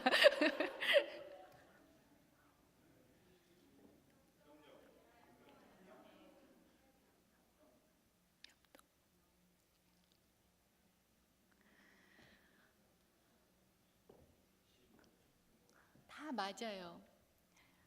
여러분들 이게 뭐예요? 얘하고 얘가 지금 어떤 상황 가운데 있어요? 벌어져 있어요. 그죠? 간격이 있어요. 갭이 있다고요. 그죠? 우리는 스몰 그룹이 됐던 교회가 됐던 학교가 됐던 저 같은 경우는 제가 섬기는 목사님들이 됐던 그들이 처한 모든 상황에서 이 갭은 항상 있습니다. 작은 갭일 수도 있고 큰 갭일 수도 있고, 어떻게 보면 리더십이 필요한 이유는 이러한 갭들 때문이라고 저는 생각합니다. 근데 이 갭들을 메꾸는 것은 좋은 생각이고 좋은 마음인데 그 갭을 어떻게 메꾸느냐에 따라서 상당히 인간 중심적이고 지도자 중심적인 일이 벌어질 수 있다라는 거예요. 지금 여기는 여러분들 협력, 협동 이런 얘기가 나왔잖아요. 지금 이 간격을 메꾸기 위해서 지금 한 명의 지도자가 지도하는 게 아니고 같이 각 지체가 각자의 일을 하게 하는 거 아니겠는가. 그런데 솔직히 고백드리면요, 저는 이 모습이 참 리더라고 생각했습니다. 제가 카자흐스탄에서의 선교사 사역을 돌아보면 물론 멘토링을 해서 그 사람들을 잘 키우고, 이거는 처음부터 저와 저의 남편이 약속해서 한 일임에도 불구하고요, 제 머리에 있던 패러다임은 이거였어요. 홀로 모든 문제를 떠안는 리더. 이 리더가 여러분들 평안해 보이십니까? 이 리더를 보면서 어떤 느낌을 받으십니까? 네, 고추락하겠다. 아니, 이거 고추락하겠다 이거예요? 아니면 고추락하겠다예요? 다 뉘앙스가 좀 다를 것 같아요. 또요, 굉장히 불안해 보이지 않습니까? 어렵다. 또요, 어떤 느낌을 받으십니까? 우모하다. 곧 죽겠다. 여자분들 조금 크게 얘기해 주세요. 고통스럽다. 추하다? 추락하겠다. 혹시 여러분들은 이런 모습의 리더는 아니신지요? 저는 왜 그랬는지 모르겠지만 이 이미지가 정말 강했습니다. 물론 오래전에 선교를 했기 때문에 그럴 수도 있는데요. 2000년에서 2005년까지 제가 카자흐스탄에 있었는데 세탁기를 집에 안 넣었어요. 근데 사실 현지인들은 세탁기를 갖고 있었어요. 근데 저는 왠지 선교사가 세탁기를 갖고 있으면 안 될 것 같아서 5년 동안 계속 손빨래를 했어요. 근데 카자흐이 되게 추워요. 그러니까 겨울옷이 굉장히 많다고요. 그러면 그거를 이제 제가 밀면 남편이 짜요. 그러면서 그게 내가 이렇게까지 너네들은 아무것도 몰라. 캐나다에 사는 놈들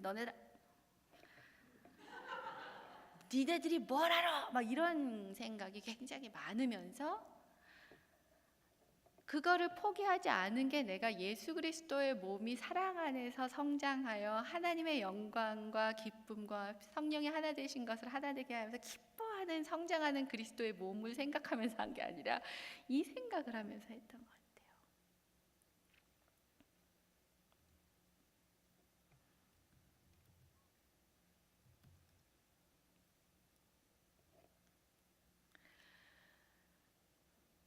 그러다 보니까 제가 풀러에 와서 리더십을 공부하면서 끝까지 잘 마치는 것이 참 리더에게 중요하다라는 강의를 들으면서도 제 안에 있었던 이미지는 뭔지 아세요? 여러분들이 끝까지 잘 마치는 지도자 하면 어떤 이미지가 생각나세요? 제가 이 사진이 왜 없어졌는지 모르겠는데 저는요 끝까지 잘 맞추는 지도자 하면 어떤 게 생각났냐면 여러분 마라톤 하다가 마라톤하고 이 피니싱 라인이 있으면 거기에 막 그 어떤 단어로는 표현할 수 없는 온갖 복잡한 감정이 막 하면서 막 이러면서 그 가슴으로 피니싱 라인을 탁 끊는 사람을 생각했어요. 왜냐면 제 안에는 이 리더의 이미지가 너무 깊게 뿌리 박혔기 때문에요.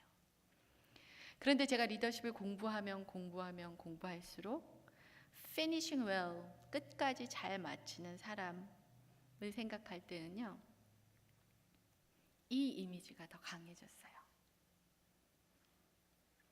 혼자 glorious finishing line을 가슴으로 팍 차고 들어오는 사람이 아니라 같이 끝까지 달리는 예수 그리스도의 몸, 각자가 각자의 일을 함으로 하나님 주신 책임과 하나님 주신 역량을 잘 알아서 내가 있어야 할 그 자리를 기쁨으로 감당하는 그리스도의 몸의 건강한 각 지체들과 함께 finishing well 하는 것이죠. 여러분들이 이 귀한 교회 안에서 맡게 된 그 소그룹 안에 있는 모든 분들과 finishing well 하는 여러분들이 다 되셨으면 좋겠습니다.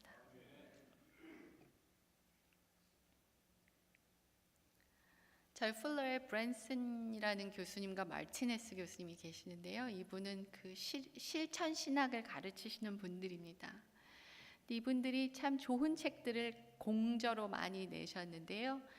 저는 이 글이 참 마음에 와 닿습니다. Some approaches to leadership, especially in organizations shaped by hierarchies or by modern management theories, focus on experts who have answers and who can manage and control outcomes. 어떤 리더십을 공부하는 그런 접근법들 안에는 특별히 어떤 계급주의와 혹은 근대의 매니지먼트 이론에 영향을 받은 그런 리더십을 배우는 어프로치들은 뭐에 초점을 두냐? 전문가들 혹은 expert, 한 사람의 전문가, 어떤 사람, 모든 답을 갖고 있고 그 결과를 매니지하고 컨트롤할 수 있는 전문가에 의존하고 초점을 맞추는 경우가 많다. 저는 이것이 성경이 우리에게 가르쳐 주는 건 아니라고 생각합니다. 우리는 남들보다 뛰어난 전문성을 가지고 사람들을 기죽이면서 살려고 부르심 받은 사람이 아닙니다. 모세를 제가 보면 볼수록 그 어느 순간에도 어떠한 아웃컴이 있을지 모르는 상태에서 하나님이 하나님 되심만 의지하고 사람들을 이끌었던 리더로 저는 이해하고 있습니다. 우리는 리더의 자리에 있을 때 항상 아웃컴에 대한 보장을 하나님한테 요구합니다. 하나님은 결과에 대한 보장을 하지 않으시면서 백성을 이끌고 가라 하고 우리에게 계속 요구하시는 하나님이신 것을 꼭 기억하셨으면 좋겠습니다.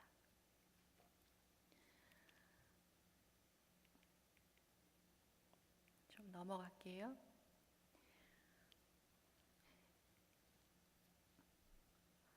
각자가 각자의 일을 하게 하는 리더십이 또 하나 꼭 기억해야 하는 도전이 있습니다. 이것은 요새 저희 신학교에서도 그렇고 또 우리 교회에서도 그렇고 일의 신학, theology of work 이런 얘기가 많이 나오면서 제가 항상 강조하는 일인데요.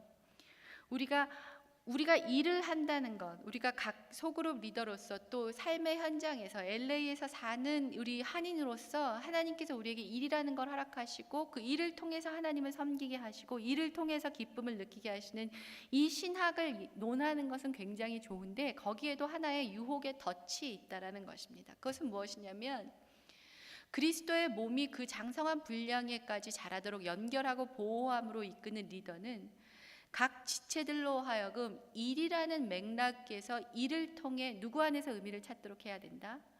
하나님 안에서 일을 찾도록 해야 된다.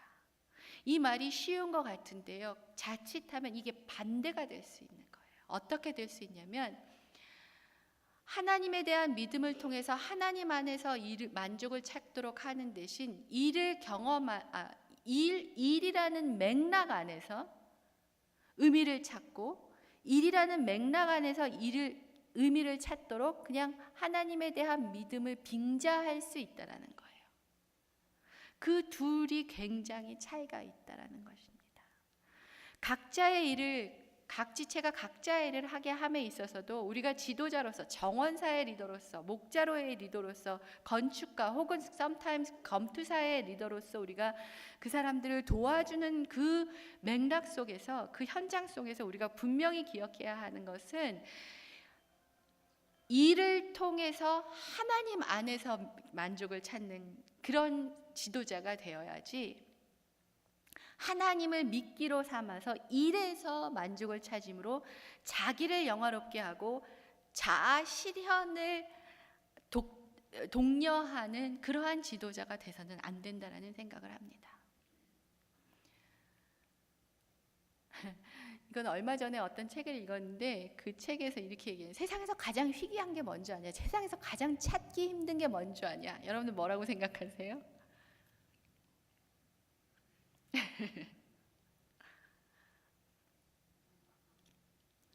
Leadership without ego가 에고를 주장하지 않는 리더십이 세상에서 가장 희귀한 것이다. 이것에 좀 반론을 제시할 수 있는 저희 벨리 만남의 교회가 됐으면 좋겠습니다.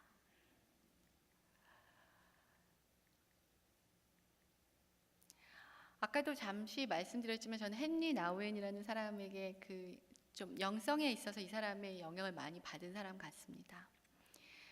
근데 이분이 쓰신 책 중에 예수님의 이름으로 In the Name of Jesus라는 아주 이분의 책은 다 되게 작아요. 되게 얇습니다. 그냥 앉은 자리에서 다 읽을 수 있는 책인데요. 이분이 아주 명확하게 심오한 진리를 굉장히 간단한 글로 써내는 특기가 있으신 분인데 이분이 이렇게 쓰세요. 우리 다 같이 한번 읽어볼까요? 시작. It seems easier to be God than to love God. Easier to control people than to love people. Easier to own life than to love life. 하나님을 사랑하는 것보다 하나님 되는 게 쉽고, 사람들을 사랑하는 것보다 사람들을 통제하는 게 더 쉽고, 컨트롤하는 게 더 쉽고, 생명을 사랑하는 것보다 생명을 쟁취하려고 하는 것이 더 쉬워 보인다.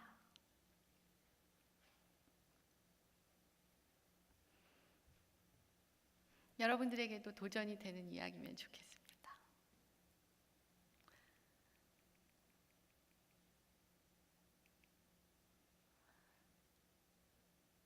여러분들을 따르시는, 여러분들이 기도하면서 섬기셔야 하는 분들을 평생 여러분들의 젖을 먹어야만 살아갈 수 있는 아기로 만들지 마시고요. 여러분 자신을 신으로 만들지 마십시오.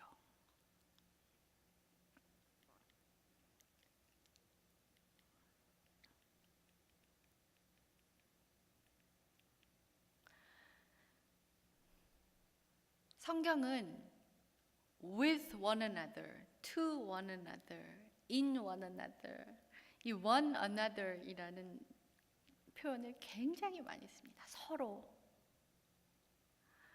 우리가 리더십을 고민하고 리더십을 어떻게 잘 섬겨드릴 수 있을까, 그 리더십의 자리에서 어떻게 잘 섬길 수 있을까를 고민하면서 우리 안에 이 서로 with one another, for one another, 이 one another의 말씀을 여러분들이 잘 좀 생각하시면 좋겠습니다.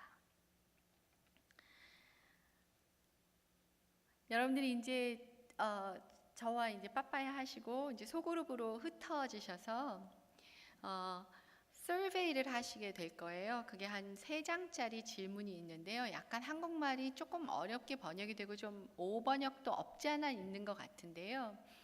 그 소그룹으로 흩어지셔서 이제 여러분들이 설문지를 답하셔야 되는데요. 그 설문지를 답하시는 목적은 그 설문지를 통해서 내 안에는 어떠한 편견들이 있는지를 보게 되는 거예요.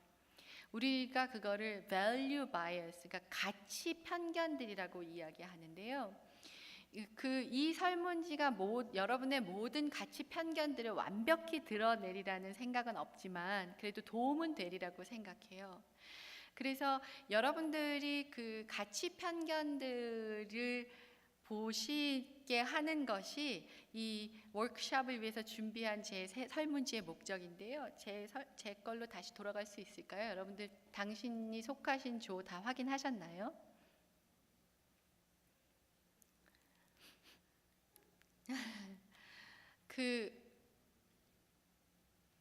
우리는 하나님이 다 참 독특하게 지으셨기 때문에 참 다른 성향들과 그리고 편견들을 갖고 있어요.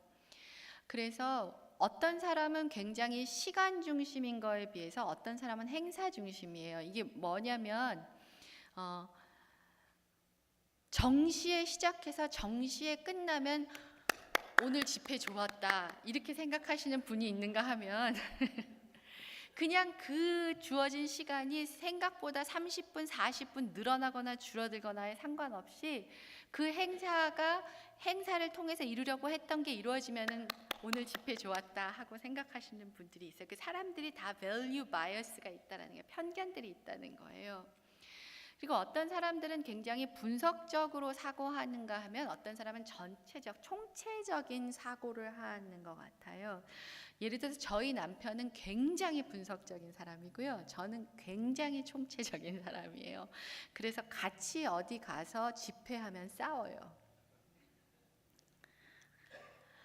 그리고 어떤 사람은 위기 중심이고 어떤 사람은 비위기 중심이에요. 그 위기, 일어날 수 있는 어떤 변수에 대해서 상당히 면밀하게 준비하는 사람이 있는가 하면 위험이라는 것은 있을 것 같지 않게 행동하는 사람들이 있어요. 이거는 국가별로도 좀 나눠지는 특성이긴 해요. 그리고 어떤 사람은 업무 중심이냐 아니면 사람 중심이냐 이거에 따라 되게 달라져요. 저는 굉장히 사람 중심이었는데요. 결혼을 하고 또 직업상 약간 사람 중심에서 업무 중심으로 옮겨가는 거를 봐요. 그리고 어떤 사람들은 자신의 가치가 주어진 신분에 있다라고 생각하는 있는 사람이 있는가 반면에 어떤 사람은 자기가 성취한 업적에 있다라고 생각하는 사람들이 있어요. 우리가 기억해야 되는 것은 이 둘 중에 하나만 성경적이지 않다라는 거예요. 다 성경에서 보이고 다 예수님이 품으시는 거예요. 그래서 저희가 이 서베이라는 목적은 내가 어떤 성향을 갖고 있는 사람인지, 내가 어떤 가치 편견을 갖고 있는 사람인 거를 알아보는 것에 문제가 있는 것이지, 그 목적이 있는 것이지. 그래서 그 조장로가 그래가지고 그 사람이 있으면 안 돼. 여기 혹시 조장로님 계신 건 아니죠? 제가 조시기 때문에 그냥 조장로를 얘기한 거예요. 그렇게 하라고 하는 건 아니에요. 또 어떤 사람은 약점을 은폐하는 성향이 있는가 하면 어떤 사람은 다른 사람보다 은폐를 노출하는 거에 별로 그 꺼리낌이 없는 사람이 있어요. 외국인들이랑 여러분들 사시다 보면, 미국 사람들이랑 사시다 보면 좀 당황하게 되시는 순간들이 어쩌면 이분들은 약점 노출에 대해서 굉장히 개방이 되어 있었기 때문에 내가 별로 알고 싶지도 않고 꼭 알아도 알지 않아도 되는 것까지 다 노출하는 분들이 계시는데 그거는 문화적으로 가치 편견이 있기 때문에 저는 이 서베이를 하면요 가장 높게 나오는 게요 너무 조금 창피할 정도로 저는 약점 은폐가 되게 강해요. 그래서 이제 그게 내 리더십에 어떤 영향을 미치고 어떤 장점과 단점이 있는지를 좀 알아보는 그런 잣대가 되는 것 같아요.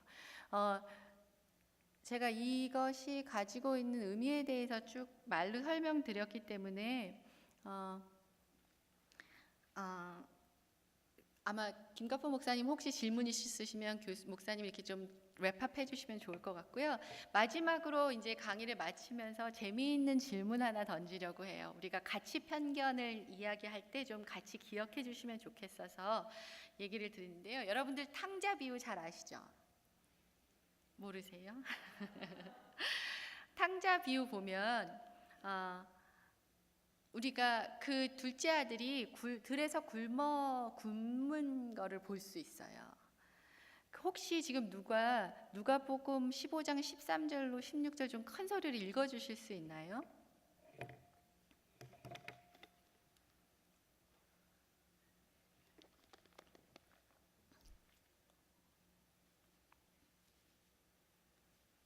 혹시 읽어주세요.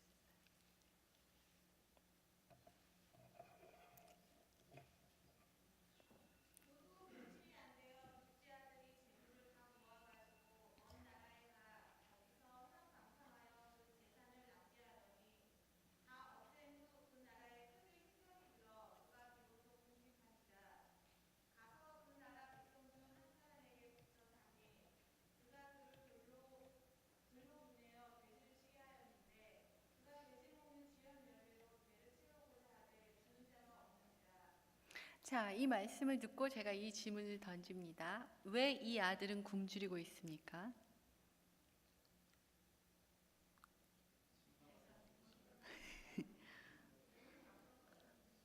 돈을 다 써서. 감사합니다. 흉년이 들어서. 먹을 걸 준 사람이 없어서. 부모님께 돌아가지 않아서. 미국 사람의 100%가 어떤 답을 하냐면요. 허랑방탕하여 재산을 낭비해서 라고 이야기합니다. 한국 분들도요. 제일 먼저 나오는 답은 이거예요. 근데 나이지리아 사람들은요. 80% 이상이 뭐라고 얘기하냐면 주는 자가 없어서.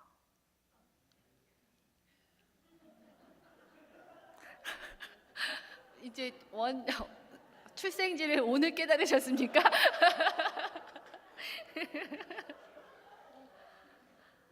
근데 근데 러시아 사람들은요, 왜 뭐라고 얘기하냐면 흉년이 들어서. 어떤 답이 맞습니까?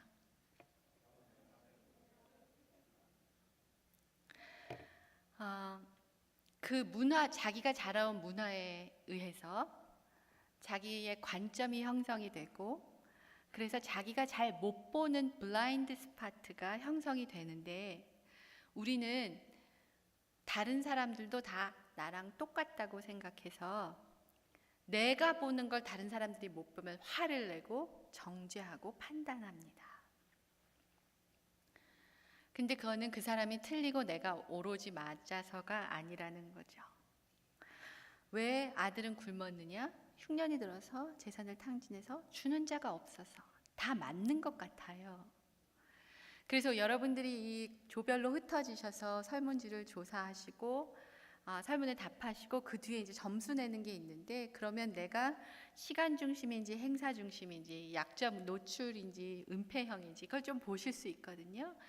그래서 그것을 통해서 나와 다른 사람이 존재한다라는 거를 여러분들이 이해하시고, 그것이 제가 조금 영적인 이야기를 강의를 통해서 했다면 좀 실질적으로 여러분들이 그것을 어떻게 적용하실 수 있을까 고민하다가 좀 간단한 그렇게 설문지를 가져왔습니다. 여러분들 이 주일 오후 시간이 상당히 노곤해지는 시간이고, 또 내일부터 또 직장에서 뛰셔야 하는 분들이 또 마음의 부담을 갖고 계시는 시간인데, 이렇게 경청해 주셔서 너무너무 감사하고요.